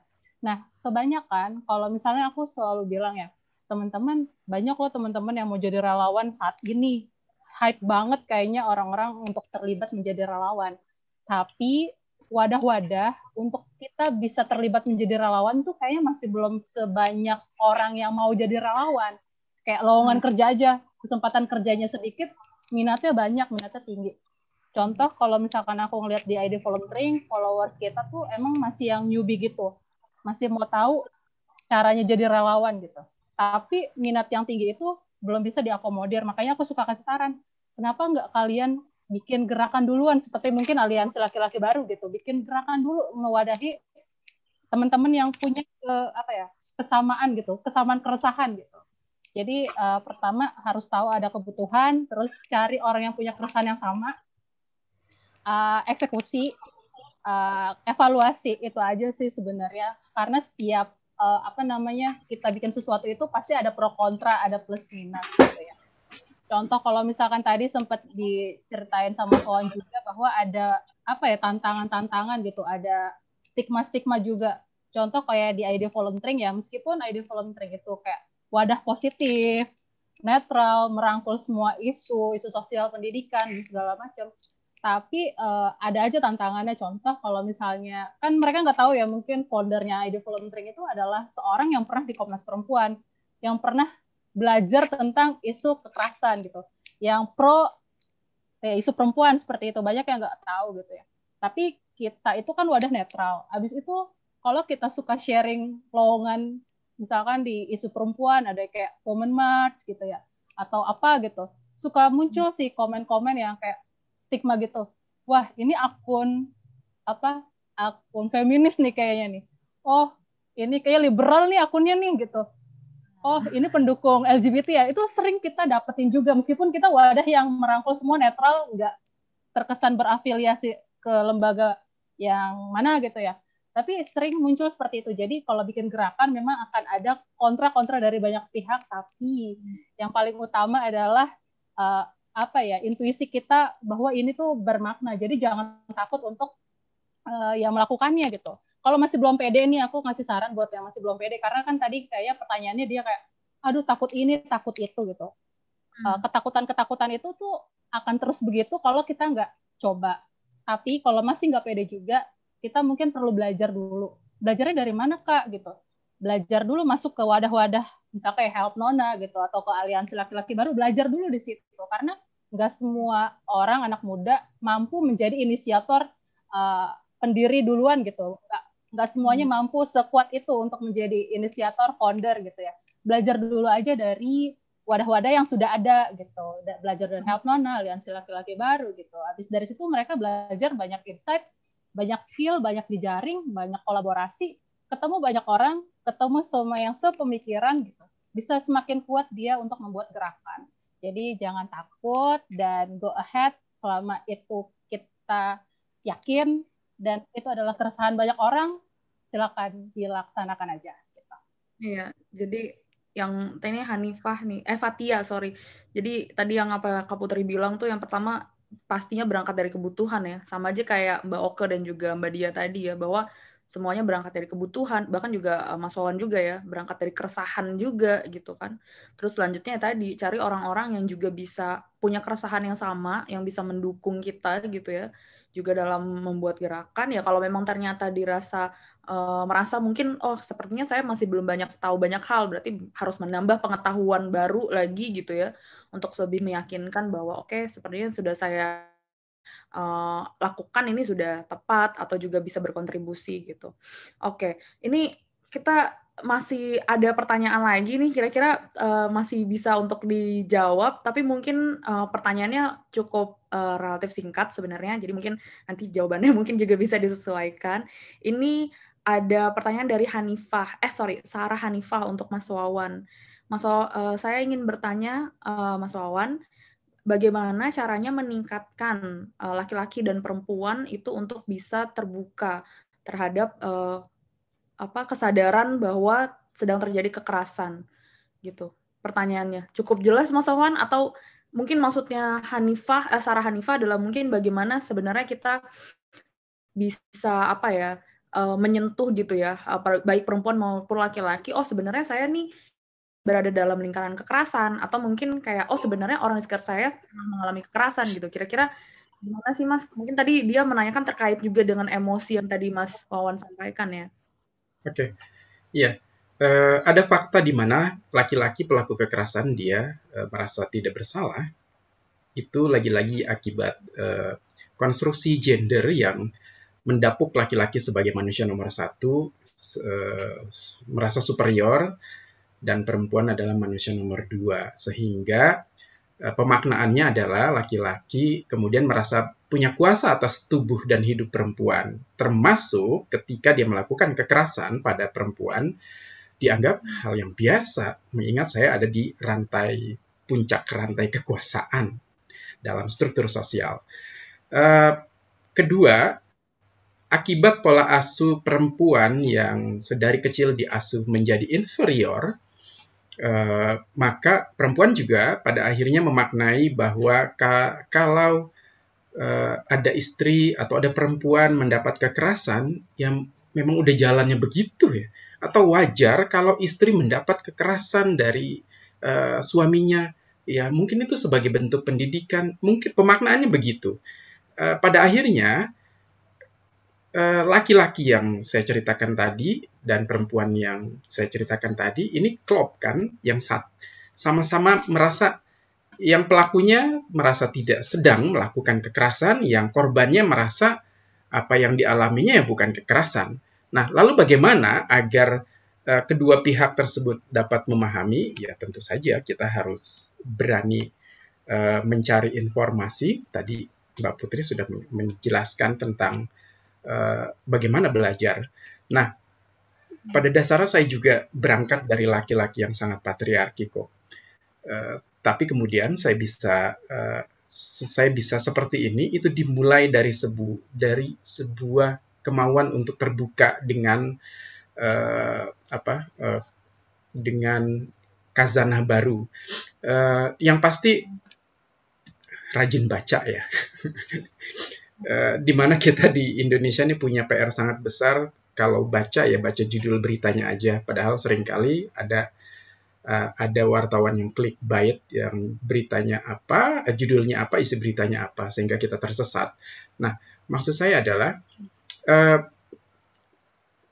kita bisa mencari bantuan kalau dalam konteks selama ini saya aktif di Yayasan Pulih, sebuah lembaga konseling psikologi yang juga memberikan konseling psikologi untuk korban, fokusnya kepada perempuan dan anak, tapi sekarang ya terbuka, laki-laki mau konseling juga boleh, bahkan pelaku konseling, tapi pelaku konselingnya kalau laki-laki, kalau dia adalah pelaku, maka konseling perubahan perilaku. Nah, kalau kita memiliki kendala untuk bisa mengenali apakah relasi kita toksik atau tidak, ya kita butuh bantuan, berarti ya kita butuh referensi dari pihak lain, ya kita akses, atau setidaknya dimulai dari riset yang paling mudah ya, bahasanya riset, dari baca-baca di media sosial lah, misal contoh-contoh toxic relationship kayak apa, atau contoh-contoh relasi sehat itu kayak apa, lalu bandingkan dengan kehidupan kita sehari-hari, apakah memenuhi unsur toxic relationship atau sebaliknya sudah membangun relasi yang sehat. Nah, kalau ternyata toxic dalam relasi kita, apa yang bisa kita lakukan? Saya rasa perlu teman ya kalau mau memulai. Tapi ya begitu ya faktanya, di mana ada pasangan, terutama kalau dia adalah laki-laki yang sedari kecil tidak memandang perempuan lebih rendah dari dirinya, akan sulit sekali diajak untuk mencari bantuan karena laki-laki punya kecenderungan untuk menyangkal dia punya masalah, bahkan dalam relasinya sekalipun. Itulah kenapa kemudian penting bagi teman-teman kayak Mbak Putri dan kampanye yang dilakukan Mbak Oke, materi atau produk-produk kampanyenya ini pada akhirnya ini bisa menyentuh mereka. Tadi sudah ada tuh contoh yang diberikan Mbak Oke, yang suaminya tukeran setelah membaca materi dari Mbak Oke, mereka akhirnya suaminya terinspirasi. Begitu Mbak Ai. Ya, jadi paling mudah gitu, maksudnya salah satu cara untuk menemukan Ali adalah tadi menambah pengetahuan ya Mas, maksudnya mulai identifikasi apakah sehat dan yang tidak sehat itu seperti apa gitu kan, dan juga ya tadi ya, maksudnya ya melihat di sosial media juga maupun, tapi yang perlu diantisipasi adalah memilah kali ya informasi-informasi yang memang tepat dan kredibel. Setidaknya akses bantuan ya. Tidak salah. Iya, dan mengakses bantuan ya, terutama ya berarti bisa langsung ke profesional juga ya Mas ya sebenarnya. Kalaupun ada kesempatannya gitu ya. Ya. Baik, ini mungkin sekaligus bisa jadi closing statement juga. Mungkin saya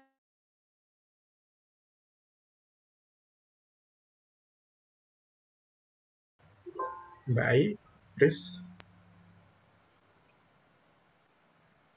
Ya, suara saya sudah terdengar? Ya, sekarang sudah. Ini mungkin terakhir buat, mungkin ini bisa jadi closing statement juga untuk Mbak Oke gitu ya Mbak. Kira-kira harapan apa sih Mbak sebenarnya yang pengen disampaikan Mbak Oke gitu ya, terutama untuk anak-anak muda nih, untuk bisa berkontribusi gitu ya, dan memperjuangkan ngomongin soal isu-isu gender dan kesetaraan gitu. Kira-kira harapannya seperti apa Mbak Oke untuk anak-anak muda? Saya tuh percaya banget bahwa di sini pasti yang nonton ya pasti banyak yang punya cita-cita yang sama, yaitu menciptakan masyarakat yang non-violent, inklusif, dan setara. Banyak. Dan ini tuh sebenarnya kerja yang sangat besar. Jadi bukan kerja kecil. Harus dilakukan secara kolektif ya, bareng-bareng. Terus prosesnya nggak sebentar. Dibutuhkan banyak peran aktif dari macam-macam lapisan masyarakat. Nah, kalau udah begini, kayaknya kita nggak boleh berpikir kerja saya cuma sharing di media sosial doang, apa sih saya ini gitu loh, cuma remah-remah. Sementara kita menganggap bahwa kerja turun ke lapangan itu adalah yang misalnya jadi pendamping korban KDRT misalnya, itu yang super jobnya ya. Kalau kata saya sih aksi kecil-kecilan kalau dilakukan bareng-bareng nanti gaungnya akan besar juga gitu, lama-lama akan bawa perubahan juga. Ini saya ingat banget di tahun 2007 saya pernah punya kerinduan, punya kayak keresahan soal masyarakat yang penuh kekerasan, nggak peaceful. Akhirnya saya resign dari kantor saya yang sekarang, terus kerja bergabung sebagai relawan di NGO untuk education. Nah, saya tuh diturunin di sebuah desa yang rawan konflik. Jadi waktu saya turunin lagi konflik antara pemuda-pemuda desa itulah. Nah, saya datang dengan dengan perasaan menjadi superhero. Wah, saya akan bawa perubahan, jadi agent of change. Saya ditempatkan sana 1,5 tahun. Apa yang terjadi 1,5 tahun? Bayangan saya di awal 1,5 tahun, di tahun berikutnya kemudian akan damai. Enggak ada perubahan yang signifikan. Saya jadinya sedih karena buat apa saya kesini, buat apa saya resign, buat apa saya gitulah ya. Nah, ternyata baru 10 tahun kemudian dimulai dari murid-murid saya ya, mereka sharing edukasi soal bagaimana resolusi konflik, bagaimana komunikasi yang tidak penuh kekerasan. Itu mereka edukasi ke orang-orang terdekat, ke adik-adiknya segala macam. Baru terasa 10 tahun kemudian. Jadi sekarang kalau kata saya sama aja, kalau punya kerinduan gerak, minatnya di bidang apa? Mau musik, mungkin kayak Mbak Sadia tadi mau jadi stand up komedian, kalau saya gambar, mau apapun ya gerak aja. Kalau ngerasa platform terlalu kecil ya nggak apa-apa, mulai aja dulu. Udah gitu kemudian untuk memperbesar kolaborasi. kolaborasi dengan banyak orang sepemikiran. Jadi jangan ngerasa kecil karena cuman nyebar awareness gitulah. Karena kalau misalnya semua bergabung, itu perubahan akan terjadi cepat atau lambat. Kalau yang saya itu 10 tahun untuk satu desa kecil. Nah, kalau ini mungkin butuh waktu yang lebih lama, tapi akan berubah sih kalau kata saya. Oke. Itu aja. Kalau baik, terima kasih Mbak Oke. Mungkin Mbak Putri juga sama nih Mbak. Kira-kira harapannya apa nih untuk anak-anak muda yang sebenarnya bisa banget ya jadi agen-agen baru kerelawanan kan sebenarnya yang bisa menggerakkan kerelawanan seperti apa? Oke, kalau dari aku, anak muda itu kan katanya punya peran ya. Salah satunya adalah agent of change gitu. Dan kalau aku suka bilang gitu, kalau di seminar tentang kerelawanan, cara paling simpel untuk kalian membuat perubahan itu dengan jadi relawan. Aku suka bilang gitu. Tapi dari Mbak Oke tadi juga bilang bahwa dengan platform sendiri, sharing dengan karya sendiri juga itu bisa membuat perubahan. Kayak gitu. Jadi ambil peran. Dan sebenarnya aku concern juga kepada pelibatan masyarakat awam gitu ya untuk isu-isu seperti keperempuanan gitu. Kalau tadi aku sempat cerita bahwa aku tuh dulu hanya mahasiswa kependidikan istilahnya gitu. Aku bukan psikolog, bukan anak hukum, bukan pokoknya yang isu-isu gender gitu aku nggak kayak gitu dulu padahal. Tapi sekarang kan aku guru ya, aku ngajar di SMK. Dan karena punya guru SMK yang udah aware terhadap isu perempuanan, pernah bertugas di Komnas Perempuan, aku juga ketika masuk ke grassroots, ke anak-anak gitu kan, aku jadi bisa sekaligus mengedukasi tentang hal lain di luar dari pembelajaran yang biasa aku ajar atau mata pelajaran yang aku ajar. Aku suka cerita tentang kekerasan itu apa gitu. Ada loh KDRT, kalian pernah nggak begini gitu. Kita tanya gitu, karena aku kan dianggapnya oleh guru menjadi guru oleh mereka. Tapi mereka nggak tahu di belakang itu aku udah teredukasi tentang isu keperempuanan gitu. Sehingga nanti kalau ada masalah, diskusi gitu ya, anak-anak bisa diskusi sama aku gitu. Itu karena apa? Itu hasil dari didikan Komnas Perempuan atau kesempatan di Komnas Perempuan pelibatan masyarakat awam, masyarakat umum, masyarakat grassroots masuk ke Komnas Perempuan, habis itu balik lagi ke masyarakat untuk bisa lebih memberikan awareness, bahkan bisa menjadi rekan diskusi kayak gitu. Jadi penting banget anak muda untuk bisa kayak gitu. Ini masalah keperempuanan, ini masalah kemanusiaan, kita ini manusia, semua orang manusia gitu. Jadi ini relevan untuk semua orang, bukan hanya orang yang backgroundnya backgroundnya hukum, backgroundnya psikolog atau apapun. Tapi kita kayak aku gitu, atau kita semua bisa concern terhadap isu ini karena kita adalah manusia gitu.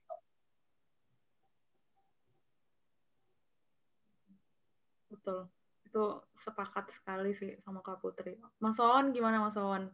Kira-kira harapannya nih, terutama untuk orang-orang yang takut untuk kayak terlibat, takut dicurigai, takut dianggap sebagai dikhawatirkan gitu, gimana Mas? Terutama buat anak-anak muda ya. Ya, yang pasti setiap pilihan yang kita tempuh adalah apa coba? Setiap kita memilih suatu petualangan, pasti ada resikonya. Ketika saya memilih mendalami isu gender yang tadinya justru padahal saya berlatar belakang fundamentalis malah, juga ada resiko. Resiko di awal-awal itu sudah pasti, tapi kalau sudah kesininya ya resikonya ya paling cuma di stigma sebagai liberal, sebagai agen barat dan sebagainya. Ya, no problem lah, itu urusan mereka. Tapi setidaknya saya meyakini ketika saya mempelajari ketidakadilan perempuan, justru disitulah saya menemukan diri saya, justru disitulah kemudian saya memindahkan diri saya ke area sebagai manusia. Kenapa? Karena sebelumnya saya berperan seperti Tuhan yang menganggap lebih mulia sebagai laki-laki dibanding perempuan. Nah, dengan memahami ketidakadilan perempuan yang pelakunya adalah laki-laki, ya saya seperti sedang shock ya, sebagaimana kita misal melakukan kesalahan tanpa sengaja ketika kita mau lempar lempar botol ke tempat sampah, ternyata tanpa sengaja ketemu kena orang lain, kan kita merasa bersalah ya. Nah, begitu juga ketika saya menyadari ternyata apa yang saya yakini tentang struktur sosial sebagai laki-laki dan sebagai perempuan ini menindas saudara kandung saya, yaitu perempuan, ya saya sangat merasa bersalah. Dan dari sanalah kemudian saya merasa gerakan perempuan telah mengembalikan sisi kemanusiaan saya, dan itu dari situ saya sangat bersyukur. Lalu apa soal tantangan-tantangan, ya itu dinamis saja ya. Menurut saya sebagai dinamika kehidupan saja. Dan khususnya buat kawan-kawan laki-laki yang mungkin ada di forum ini, saya mengajak bahwa sudah saatnya kita sebagai laki-laki melakukan definisi ulang tentang konsep maskulinitas. Jangan sampai ternyata kita sedang mempraktikkan nilai-nilai yang sesungguhnya melakukan kezoliman sebagai orang beragama. Saya nggak ngerti agama sebetulnya, tapi maksud saya biasanya kalau saya di forum-forum itu ada pertanyaan sebagai budaya, sebagai orang yang hidup dengan budaya ketimuran kayak gitulah. Sebagai orang yang sebagai bangsa yang beragama, tentu kita tidak inginkan melakukan kezoliman karena itu dosa kan. Nah, maka dari itu dengan melakukan definisi ulang definisi konsep maskulinitas kita sebagai laki-laki akan membawa kita pada sebuah perenungan, apakah benar kita sudah berlaku adil atau sebaliknya kita tengah menjadi penindas. Dan kalau kita sebagai suami atau sebagai ayah, benarkah kita menjadi suami yang berbagi peran? Benarkah sebagai suami yang secara adil? Dan sebagai ayah, benarkah kita berperan sebagai ayah yang asik buat anak-anak atau sebaliknya? Saya tidak pandai untuk membuat closing statement, tapi setidaknya menurut saya sebagai penutup, persoalan ketidakadilan terhadap perempuan bukan persoalan perempuan saja, tapi ini persoalan kemanusiaan yang di dalamnya juga berarti ada laki-laki. Maka tidak adil bagi kita, terutama laki-laki, menyerahkan tugas agar perempuan terbebas dari ketidakadilan hanya kepada perempuan saja. Maka dari itu laki-laki juga perlu terlibat. Terima kasih Mbak Ai. Mas Wawan sangat jelas sekali ya closing statement-nya, walaupun Mas Wawan bilang nggak bisa, tapi itu tadi saya bisa menangkap sekali. Tapi karena keterbatasan waktu juga, karena kita juga sudah ada di penghujung waktu, tapi mungkin kalau boleh saya coba rangkum tadi ya dari diskusi kita hari ini, bahwa sebenarnya tadi kalau Mbak Oke bilang bahwa sebenarnya kita harus menganggap semua hal-hal kecil, langkah-langkah kecil kita itu berarti gitu ya. Itu yang paling penting. Dan juga tadi kalau Mbak Putri juga bilang bahwa meskipun kita memulai dari langkah-langkah yang kecil gitu ya, tapi kita harus terus bisa untuk adaptif, kolaboratif gitu ya, melibatkan masyarakat juga bahkan gitu ya, karena tadi kan perubahan walaupun anak muda kita memulai untuk bisa mengubah kondisi sosial kita, tapi kita terus harus tetap melibatkan yang lainnya juga. Dan kalau yang bisa ditangkap dari apa yang Mas Wawan bilang, bahwa sebenarnya semua gerakan dan juga upaya-upaya yang bisa kita lakukan, ya balik lagi kita harus terus berprinsipnya pada kemanusiaan gitu. Jadi bukan mendikotomi bahwa oh ini adalah urusan perempuan, oh ini adalah ngomongin soal laki-laki, ini adalah ini, tapi kita lagi ngomongin soal ya kemanusiaan gitu, kita ngomongin soal tatanan sosial yang lebih berkeadilan gitu bagi semua, nggak cuma perempuan, nggak cuma laki-laki, mungkin kelompok disabilitas, minoritas agama dan lain-lainnya. Oke, mungkin itu yang bisa saya sampaikan. Sebelumnya saya ucapkan terima kasih banyak untuk Mas Wawan, Kak Putri, Mbak Oke, dan juga Mbak Diah tadi yang sudah pamit duluan karena ada acara. Terima kasih sekali sudah menyempatkan hadir di talk show kelas dukungan virtual kerjasama Helpona bersama PF Muda Pertamina Foundation. Terima kasih atas kesempatannya juga membagi ilmu-ilmunya kepada kita semua, dan terima kasih juga untuk teman-teman yang sudah menyaksikan di channel YouTube Jadi PNS. Saya Ainani Ifra, mohon maaf kalau misalkan ada ucapan atau juga mungkin ada pertanyaan-pertanyaan teman-teman yang tadi belum sempat untuk ditanyakan. Saya mohon maaf karena keterbatasan waktu. Tapi mungkin kita akan bisa bertemu kembali nanti di lain kesempatan. Terima kasih dan selamat malam. Saya kembalikan ke Kanike.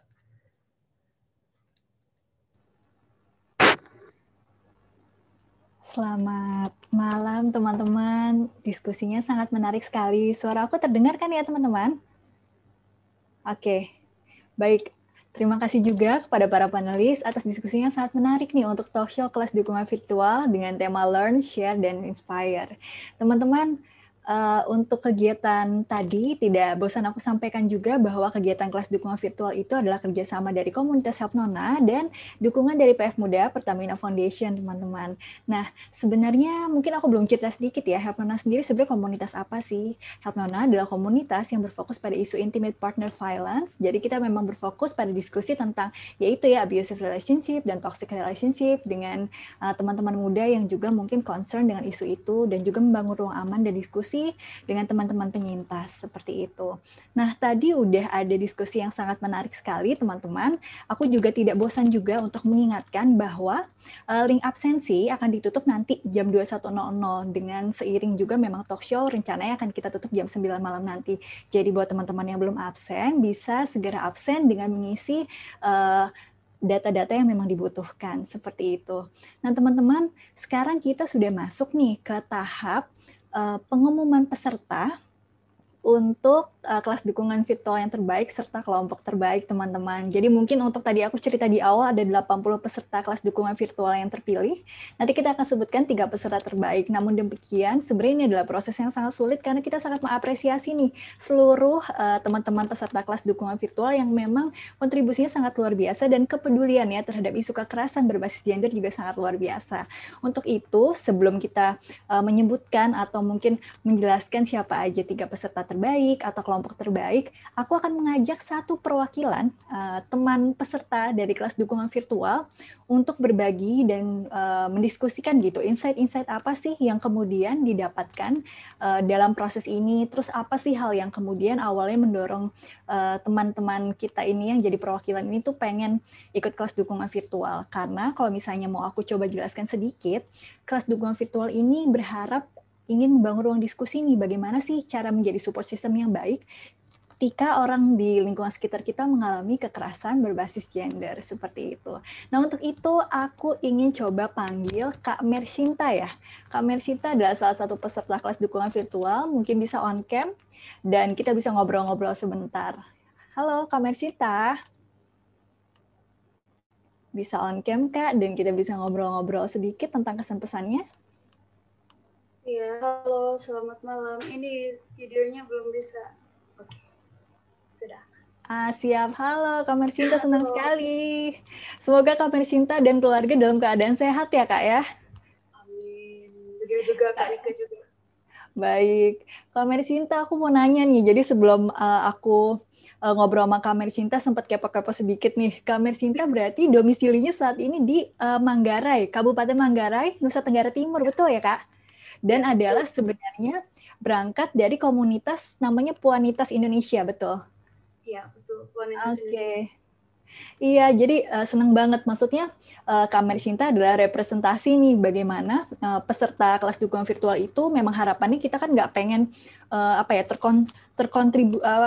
hanya fokusnya itu konsentrasinya hanya pada teman-teman yang mungkin di daerah Jabodetabek, tapi kita pengen juga melibatkan sebanyak mungkin teman-teman peserta itu dari seluruh Indonesia, dan Kak Mersinta salah satu yang dari teman-teman dari Nusa Tenggara Timur seperti itu, dan juga perwakilan komunitas. Mungkin bisa di-sharing Kak, waktu itu ketika kemudian akhirnya memutuskan untuk daftar di kelas dukungan virtual, sebenarnya apa sih harapannya, dan kemudian setelah mengikuti proses ini, kira-kira apa nih insight atau bekal yang kemudian bisa Kak Mersinta mungkin terapkan untuk lingkungan di sekitar Kak Mersinta, di NTT, atau mungkin dalam konteks di komunitas Puanitas Indonesianya gitu, Kak.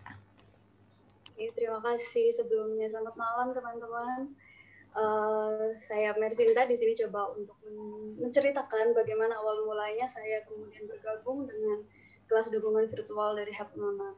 Pada awalnya sebenarnya itu adalah keinginan dari beberapa teman juga di komunitas-komunitas di Manggarai di sini, yang kita juga memang pada awalnya kita bergerak di bidang pemberdayaan pemuda kayak gitu, dan untuk yang concern di bidang perempuan dan kekerasan seksual atau kekerasan berbasis gender itu adalah Puanitas Indonesia.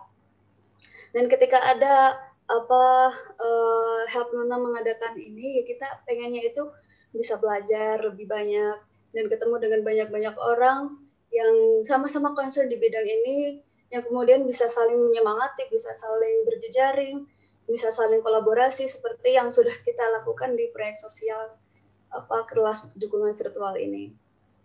Kalau insight-nya banyak banget pastinya, karena yang pertama materi-materi dari narasumber-narasumber yang dihadirkan Help Nona itu super sekali, dan itu kalau saya nggak ikut Help Nona di kelas dukungan virtual ini, mungkin aku nggak pernah ketemu sama narasumber-narasumber itu.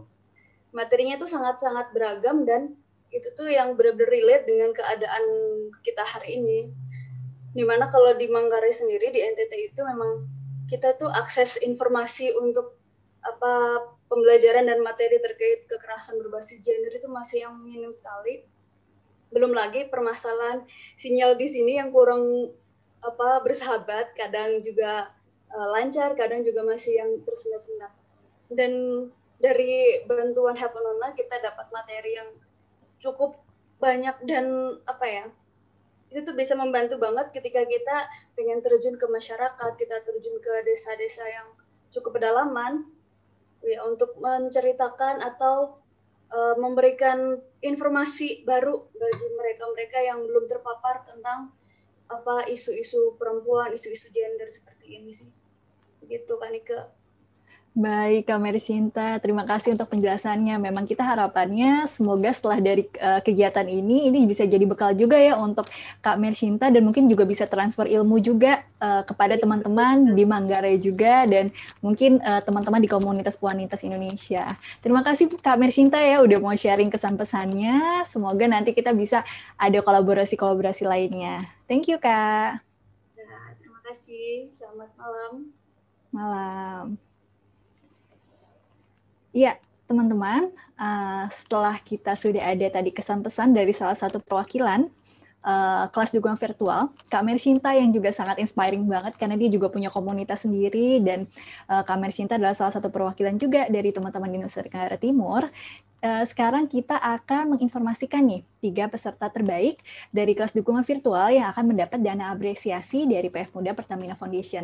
Tapi mungkin aku juga perlu tekankan teman-teman bahwa sebenarnya dana ini adalah sebenarnya bentuk apresiasi aja, yang sebenarnya juga bukan berarti kita nggak mengapresiasi teman-teman peserta lainnya, karena seperti yang tadi aku sudah sampaikan bahwa ke-80 peserta ini juga sudah terpilih nih dari 609 aplikasi yang semuanya juga sangat inspiring gitu. Nah teman-teman, makanya kita akan mulai nih ya menyebutkan 3 teman-teman peserta terbaik yang dipilih oleh panitia berdasarkan keaktifannya mengikuti rangkaian kegiatan dari mulai webinar, membagikan insight di sosial media, dan keaktifan di kegiatan proyek sosial gitu. Aku boleh minta kepada tim panitia Help Nona untuk segera memunculkan nih 3 nama ini siapa aja. Boleh di-sharing?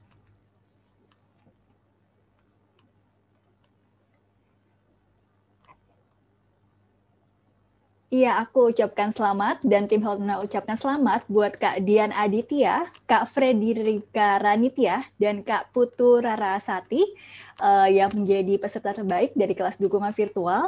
Dan bagi Kak Dian Aditya atau Kak Frederika Ranitya dan Kak Putu Rarasati yang mungkin berada dalam Zoom ini, bolehkah aku minta tolong on cam? Dan kita akan ngobrol-ngobrol sedikit nih Kak, untuk tentang pengalamannya menjalani proses kelas dukungan virtual ini. Untuk Kak Dian, mungkin Kak Raras dan Kak Frederica. Oke, udah ada Kak Raras. Mungkin Kak Dian dan Kak Frederica juga udah on cam nih ya, aku lihat. Oke, semoga teman-teman semua dalam keadaan sehat ya. Iya, Kak. Oke, bolehkah nih aku tanya aja kepada 3 teman-teman semua dan bisa gantian jawab ya. Gimana nih teman-teman sebenarnya ketika ikut kelas dukungan virtual, apa sih keresahan yang mendorong teman-teman untuk akhirnya tuh aku tertarik pengen ikut gitu. Apakah mungkin ada kejadian-kejadian yang berkaitan dengan kekerasan berbasis gender di lingkungan sekitar, atau mungkin ingin menambah informasi dan edukasi, atau mungkin ada hal lain yang kemudian menjadi dorongan nih untuk ikut. Dan setelah itu mungkin aku akan tanya nih harapan ke depannya, insight dari kelas dukungan virtual ini akan digunakan apa nih untuk ke depannya gitu. Mungkin bisa kita mulai dari Kak Rara sekali ya. Oke, selamat malam Kak dan teman-teman. Apakah suara aku jelas ya? Jelas.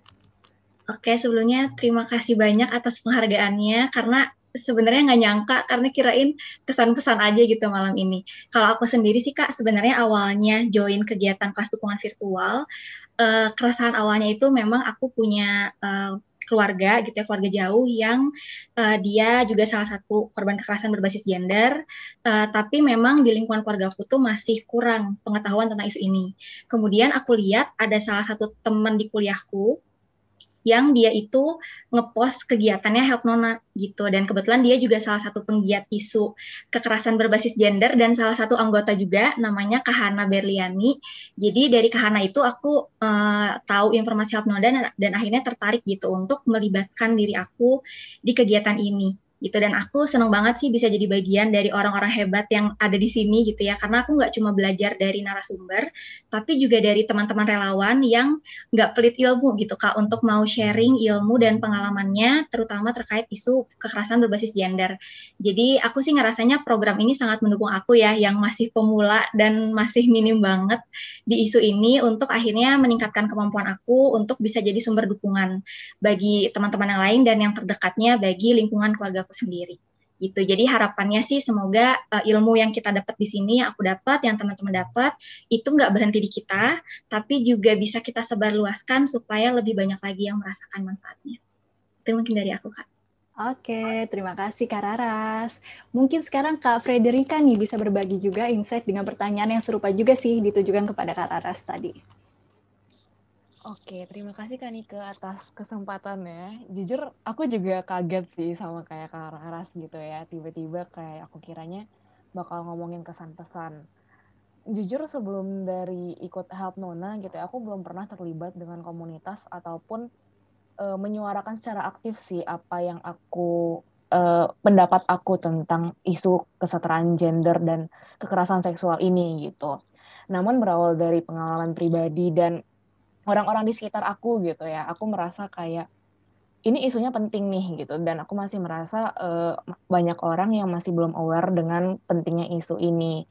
Tapi selama ini karena aku nggak tahu ya, aku kayak yang dibilang Mas Wawan tadi gitu ya, masih banyak stigma dan aku merasa takut gitu dan merasa tidak punya teman berdiskusi yang kayaknya nyambung nih untuk diskusiin hal-hal kayak gini gitu ya.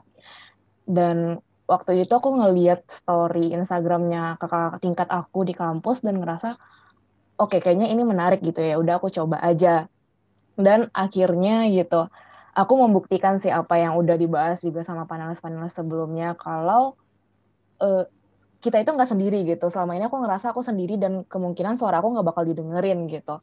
Tapi ketika aku join Help Nona, ikut acara ini, aku ngerasa oke, ini masalah bersama dan aku nggak berjuang sendiri. Mungkin emang lama, mungkin emang prosesnya bakal panjang banget, tapi ini worth it kok untuk diperjuangkan gitu. Dan aku ngerasa ketika aku udah join kelas dukungan virtual gitu ya, aku punya teman-teman diskusi yang enak, diajak berdiskusi dan ngerasa diterima gitu. Dan aku juga banyak mendapatkan materi-materi dari webinar yang mungkin selama ini aku nggak tahu gitu. Selama ini aku kayak, oh ternyata itu ada ya gitu pas nonton webinarnya gitu sih.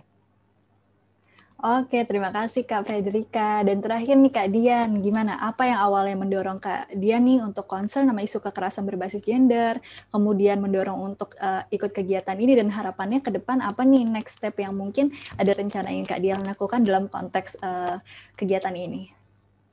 Makasih banget atas pertanyaannya Kak Nika. Kalau aku sendiri kan aku tuh victims of intimate partner violence. Jadi aku emang mencari berbagai macam komunitas yang bisa mendukung kesehatan mental saya dan juga keaktifan saya. Sementara saya sendiri sangat ingin sharing dan mendapatkan networking dari berbagai teman-teman karena saya sendiri dari Makassar. Nah, jadi selama di Help Nona itu saya sangat senang untuk bertemu dari teman-teman dari berbagai daerah yang memiliki masalah serupa, yaitu misalnya mereka tidak tahu mau bicara kemana, atau mereka masih sama mencari ini tuh apa ya. Nah, dengan adanya speaker-speaker itu kita jadi mengerti banyak terminologi nih. Misalnya ada yang namanya IPV, ada yang namanya KBGO. Mungkin awalnya semuanya itu cuma taunya dipukul pacar. Nah, terus kita ngerti ada istilah-istilah kayak KDV, KBGO. Nah, itu semua menurut saya itu adalah berkat Help Nona. Nah, terus kesan saya adalah saya sangat senang.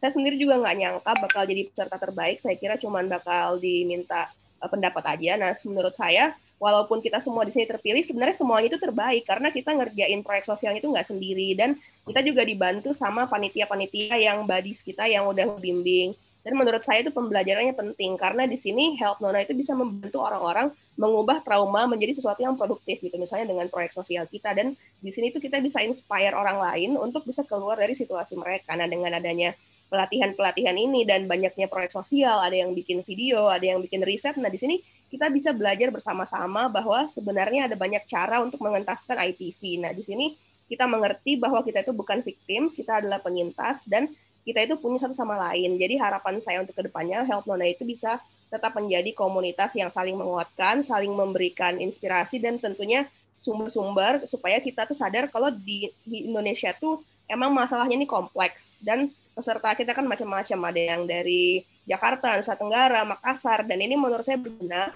karena pengetahuannya Help Nona itu bisa kita bawa ke komunitas masing-masing. Seperti saya sendiri punya komunitas Girl No Abuse di sini, yaitu blog yang emang sejak awal menyebarkan isu-isu soal kekerasan. Nah, di sini kita bisa kerjasama sebagai Sakti Indonesia gitu, Kak, untuk sama-sama mengentaskan kekerasan dalam intimate partner violence. Seperti itu sih, Kak. Makasih, Kak Nika.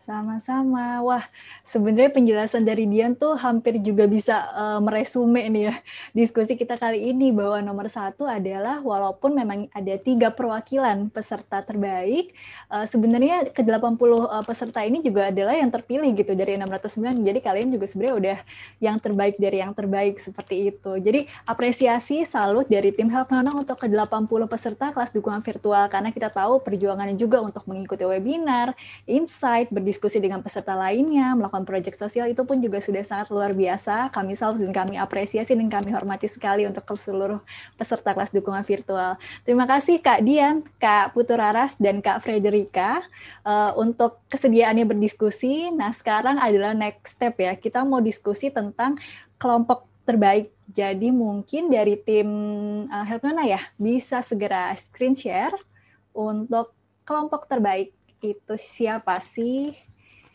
Coba kita lihat.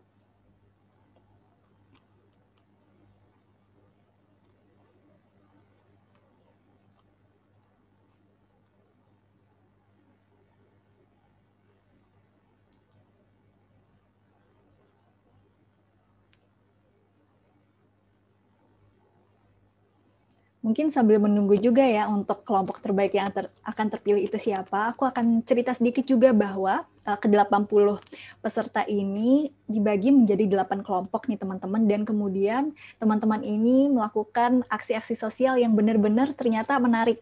Ternyata nggak cuma sekedar misalnya kegiatan daring, tapi juga ada kegiatan-kegiatan daring dengan bentuk-bentuk yang lainnya. Anyway, ini udah muncul untuk kelompok dukungan virtual peserta terbaik adalah kelompok 2 dengan tema Senandika. Kita udah ada Kak Stefan ya, PIC-nya dari kelompok 2 Senandika. Mungkin bisa on cam Kak Stefan. Sambil tunggu Kak Stefan juga buat on cam. Halo Kak Stefan. Halo. Oke, suara bisa dikencengin lagi ya Kak, biar agak terdengar. Ya, halo Kak. Oke. Sudah kencang? Oke, iya. Siap Kak Stefan. Oke, mungkin sebelum nanti kita menggali nih ke dalam proyek kedua Senandika, aku akan cerita sedikit nih bahwa di kelas dukungan virtual ini ada 8 ya. 8 kelompok dengan 8 proyek sosial yang ternyata beda-beda banget. Memang basisnya daring ya, tapi ternyata teman-teman memiliki ide yang sangat luar biasa, nggak sekedar misalnya bikin IG live atau webinar, tapi ada yang bikin video campaign, ada yang bikin podcast, ada yang bikin kemudian workshop journaling, ada yang bikin diskusi juga lintas agama, itu isunya juga sangat menarik, ada yang buat rangkaian webinar tentang kekerasan seksual, intimate partner violence, kekerasan berbasis gender online, kekerasan seksual, dan ada kelompok 2 nih, tim Senandika yang pendekatannya ini sangat menarik. Ternyata dia bekerja sama ya dengan teman-teman komunitas beauty fame community, betul ya Kak Stefan ya?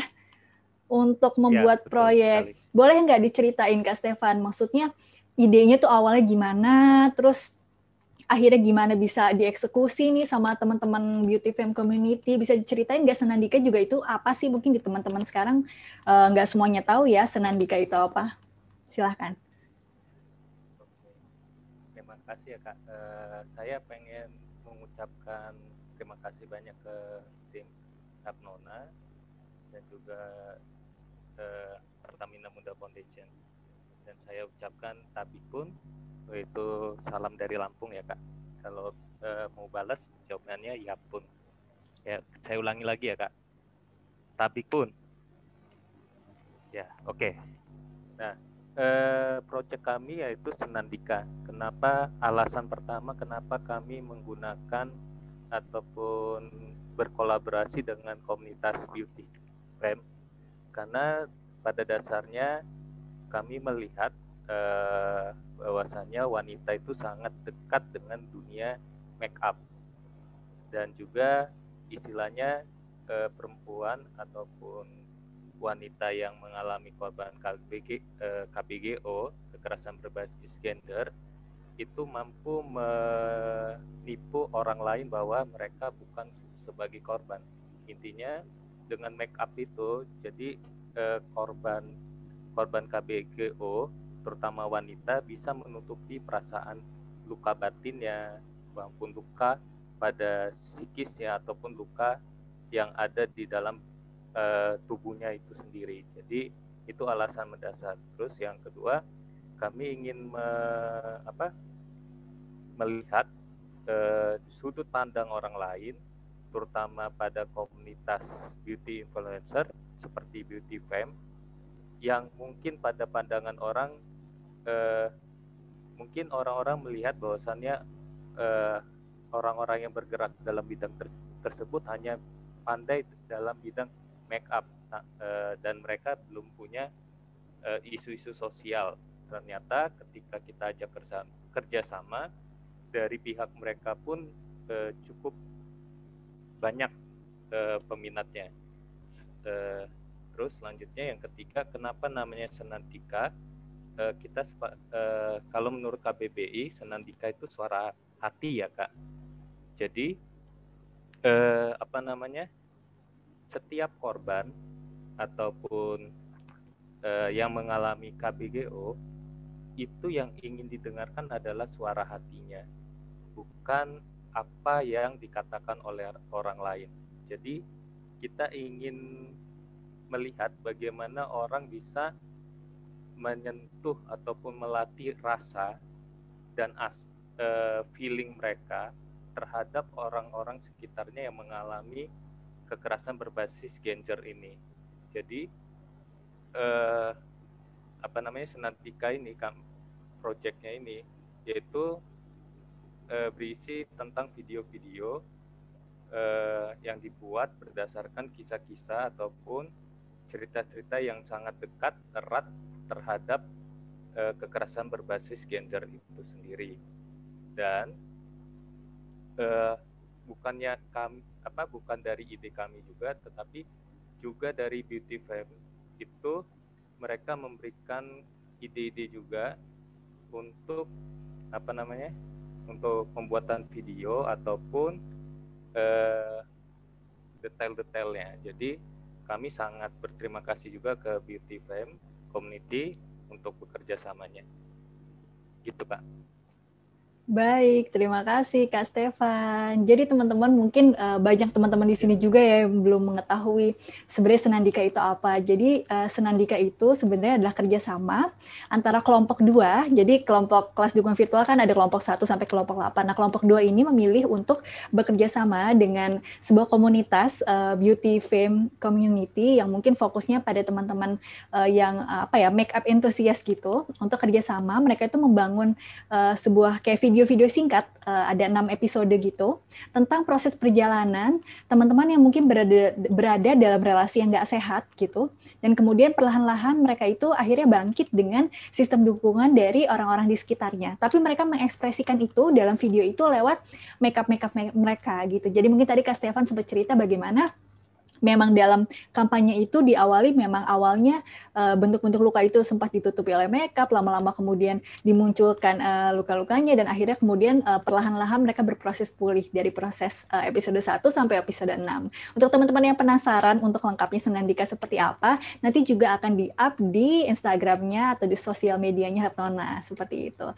Thank you Kak Stefan atas kerjasama yang sangat baik dari kelompok 2, but then again teman-teman, semua kelompok dari kelompok 1 sampai kelompok 8 tuh sangat menarik sekali kegiatannya dan kami sangat apresiasi dari kelas dukungan virtual. Semoga pengalaman proyek sosial ini juga menjadi pemantik gitu untuk teman-teman peserta kelas dukungan virtual untuk melakukan aksi-aksi dan kolaborasi ke depan antara teman-teman dengan komunitas lainnya dan juga dengan teman-teman peserta kelas dukungan virtual. Kira-kira seperti itu Kak Stefan, thank you ya. Nah, oke teman-teman, setelah pengumuman ini sebenarnya berakhir juga nih rangkaian talk show kelas dukungan virtual Learn, Share, dan Inspire. Terima kasih untuk teman-teman yang masih menyaksikan hingga akhir acara ini, dan selamat tuh untuk teman-teman yang tadi pertanyaannya terpilih, karena tim Helpnona akan menghubungi teman-teman untuk pengiriman hadiahnya. Dan untuk pengiriman atau link-link absensi akan sebentar lagi, 2 menit lagi akan segera ditutup teman-teman, seiring dengan ditutupnya talk show ini. Sekian dari kegiatan kelas dukungan virtual Helpnona, ini adalah penutup dari kami. Terima kasih juga untuk para panelis yang tadi sudah berbagi insight yang sangat menarik. Kami harap kelas dukungan virtual bisa menjadi pemantik diskusi untuk teman-teman, berdiskusi tentang isu kekerasan berbasis gender, support sistem dan akses layanan dan sistem dukungan untuk teman-teman di sekitar kita. Salam hangat dari kami, salam sejahtera, dan semoga teman-teman selalu dalam keadaan sehat. Saya Nika Nadia, pamit dari acara talk show ini. Bye, selamat malam.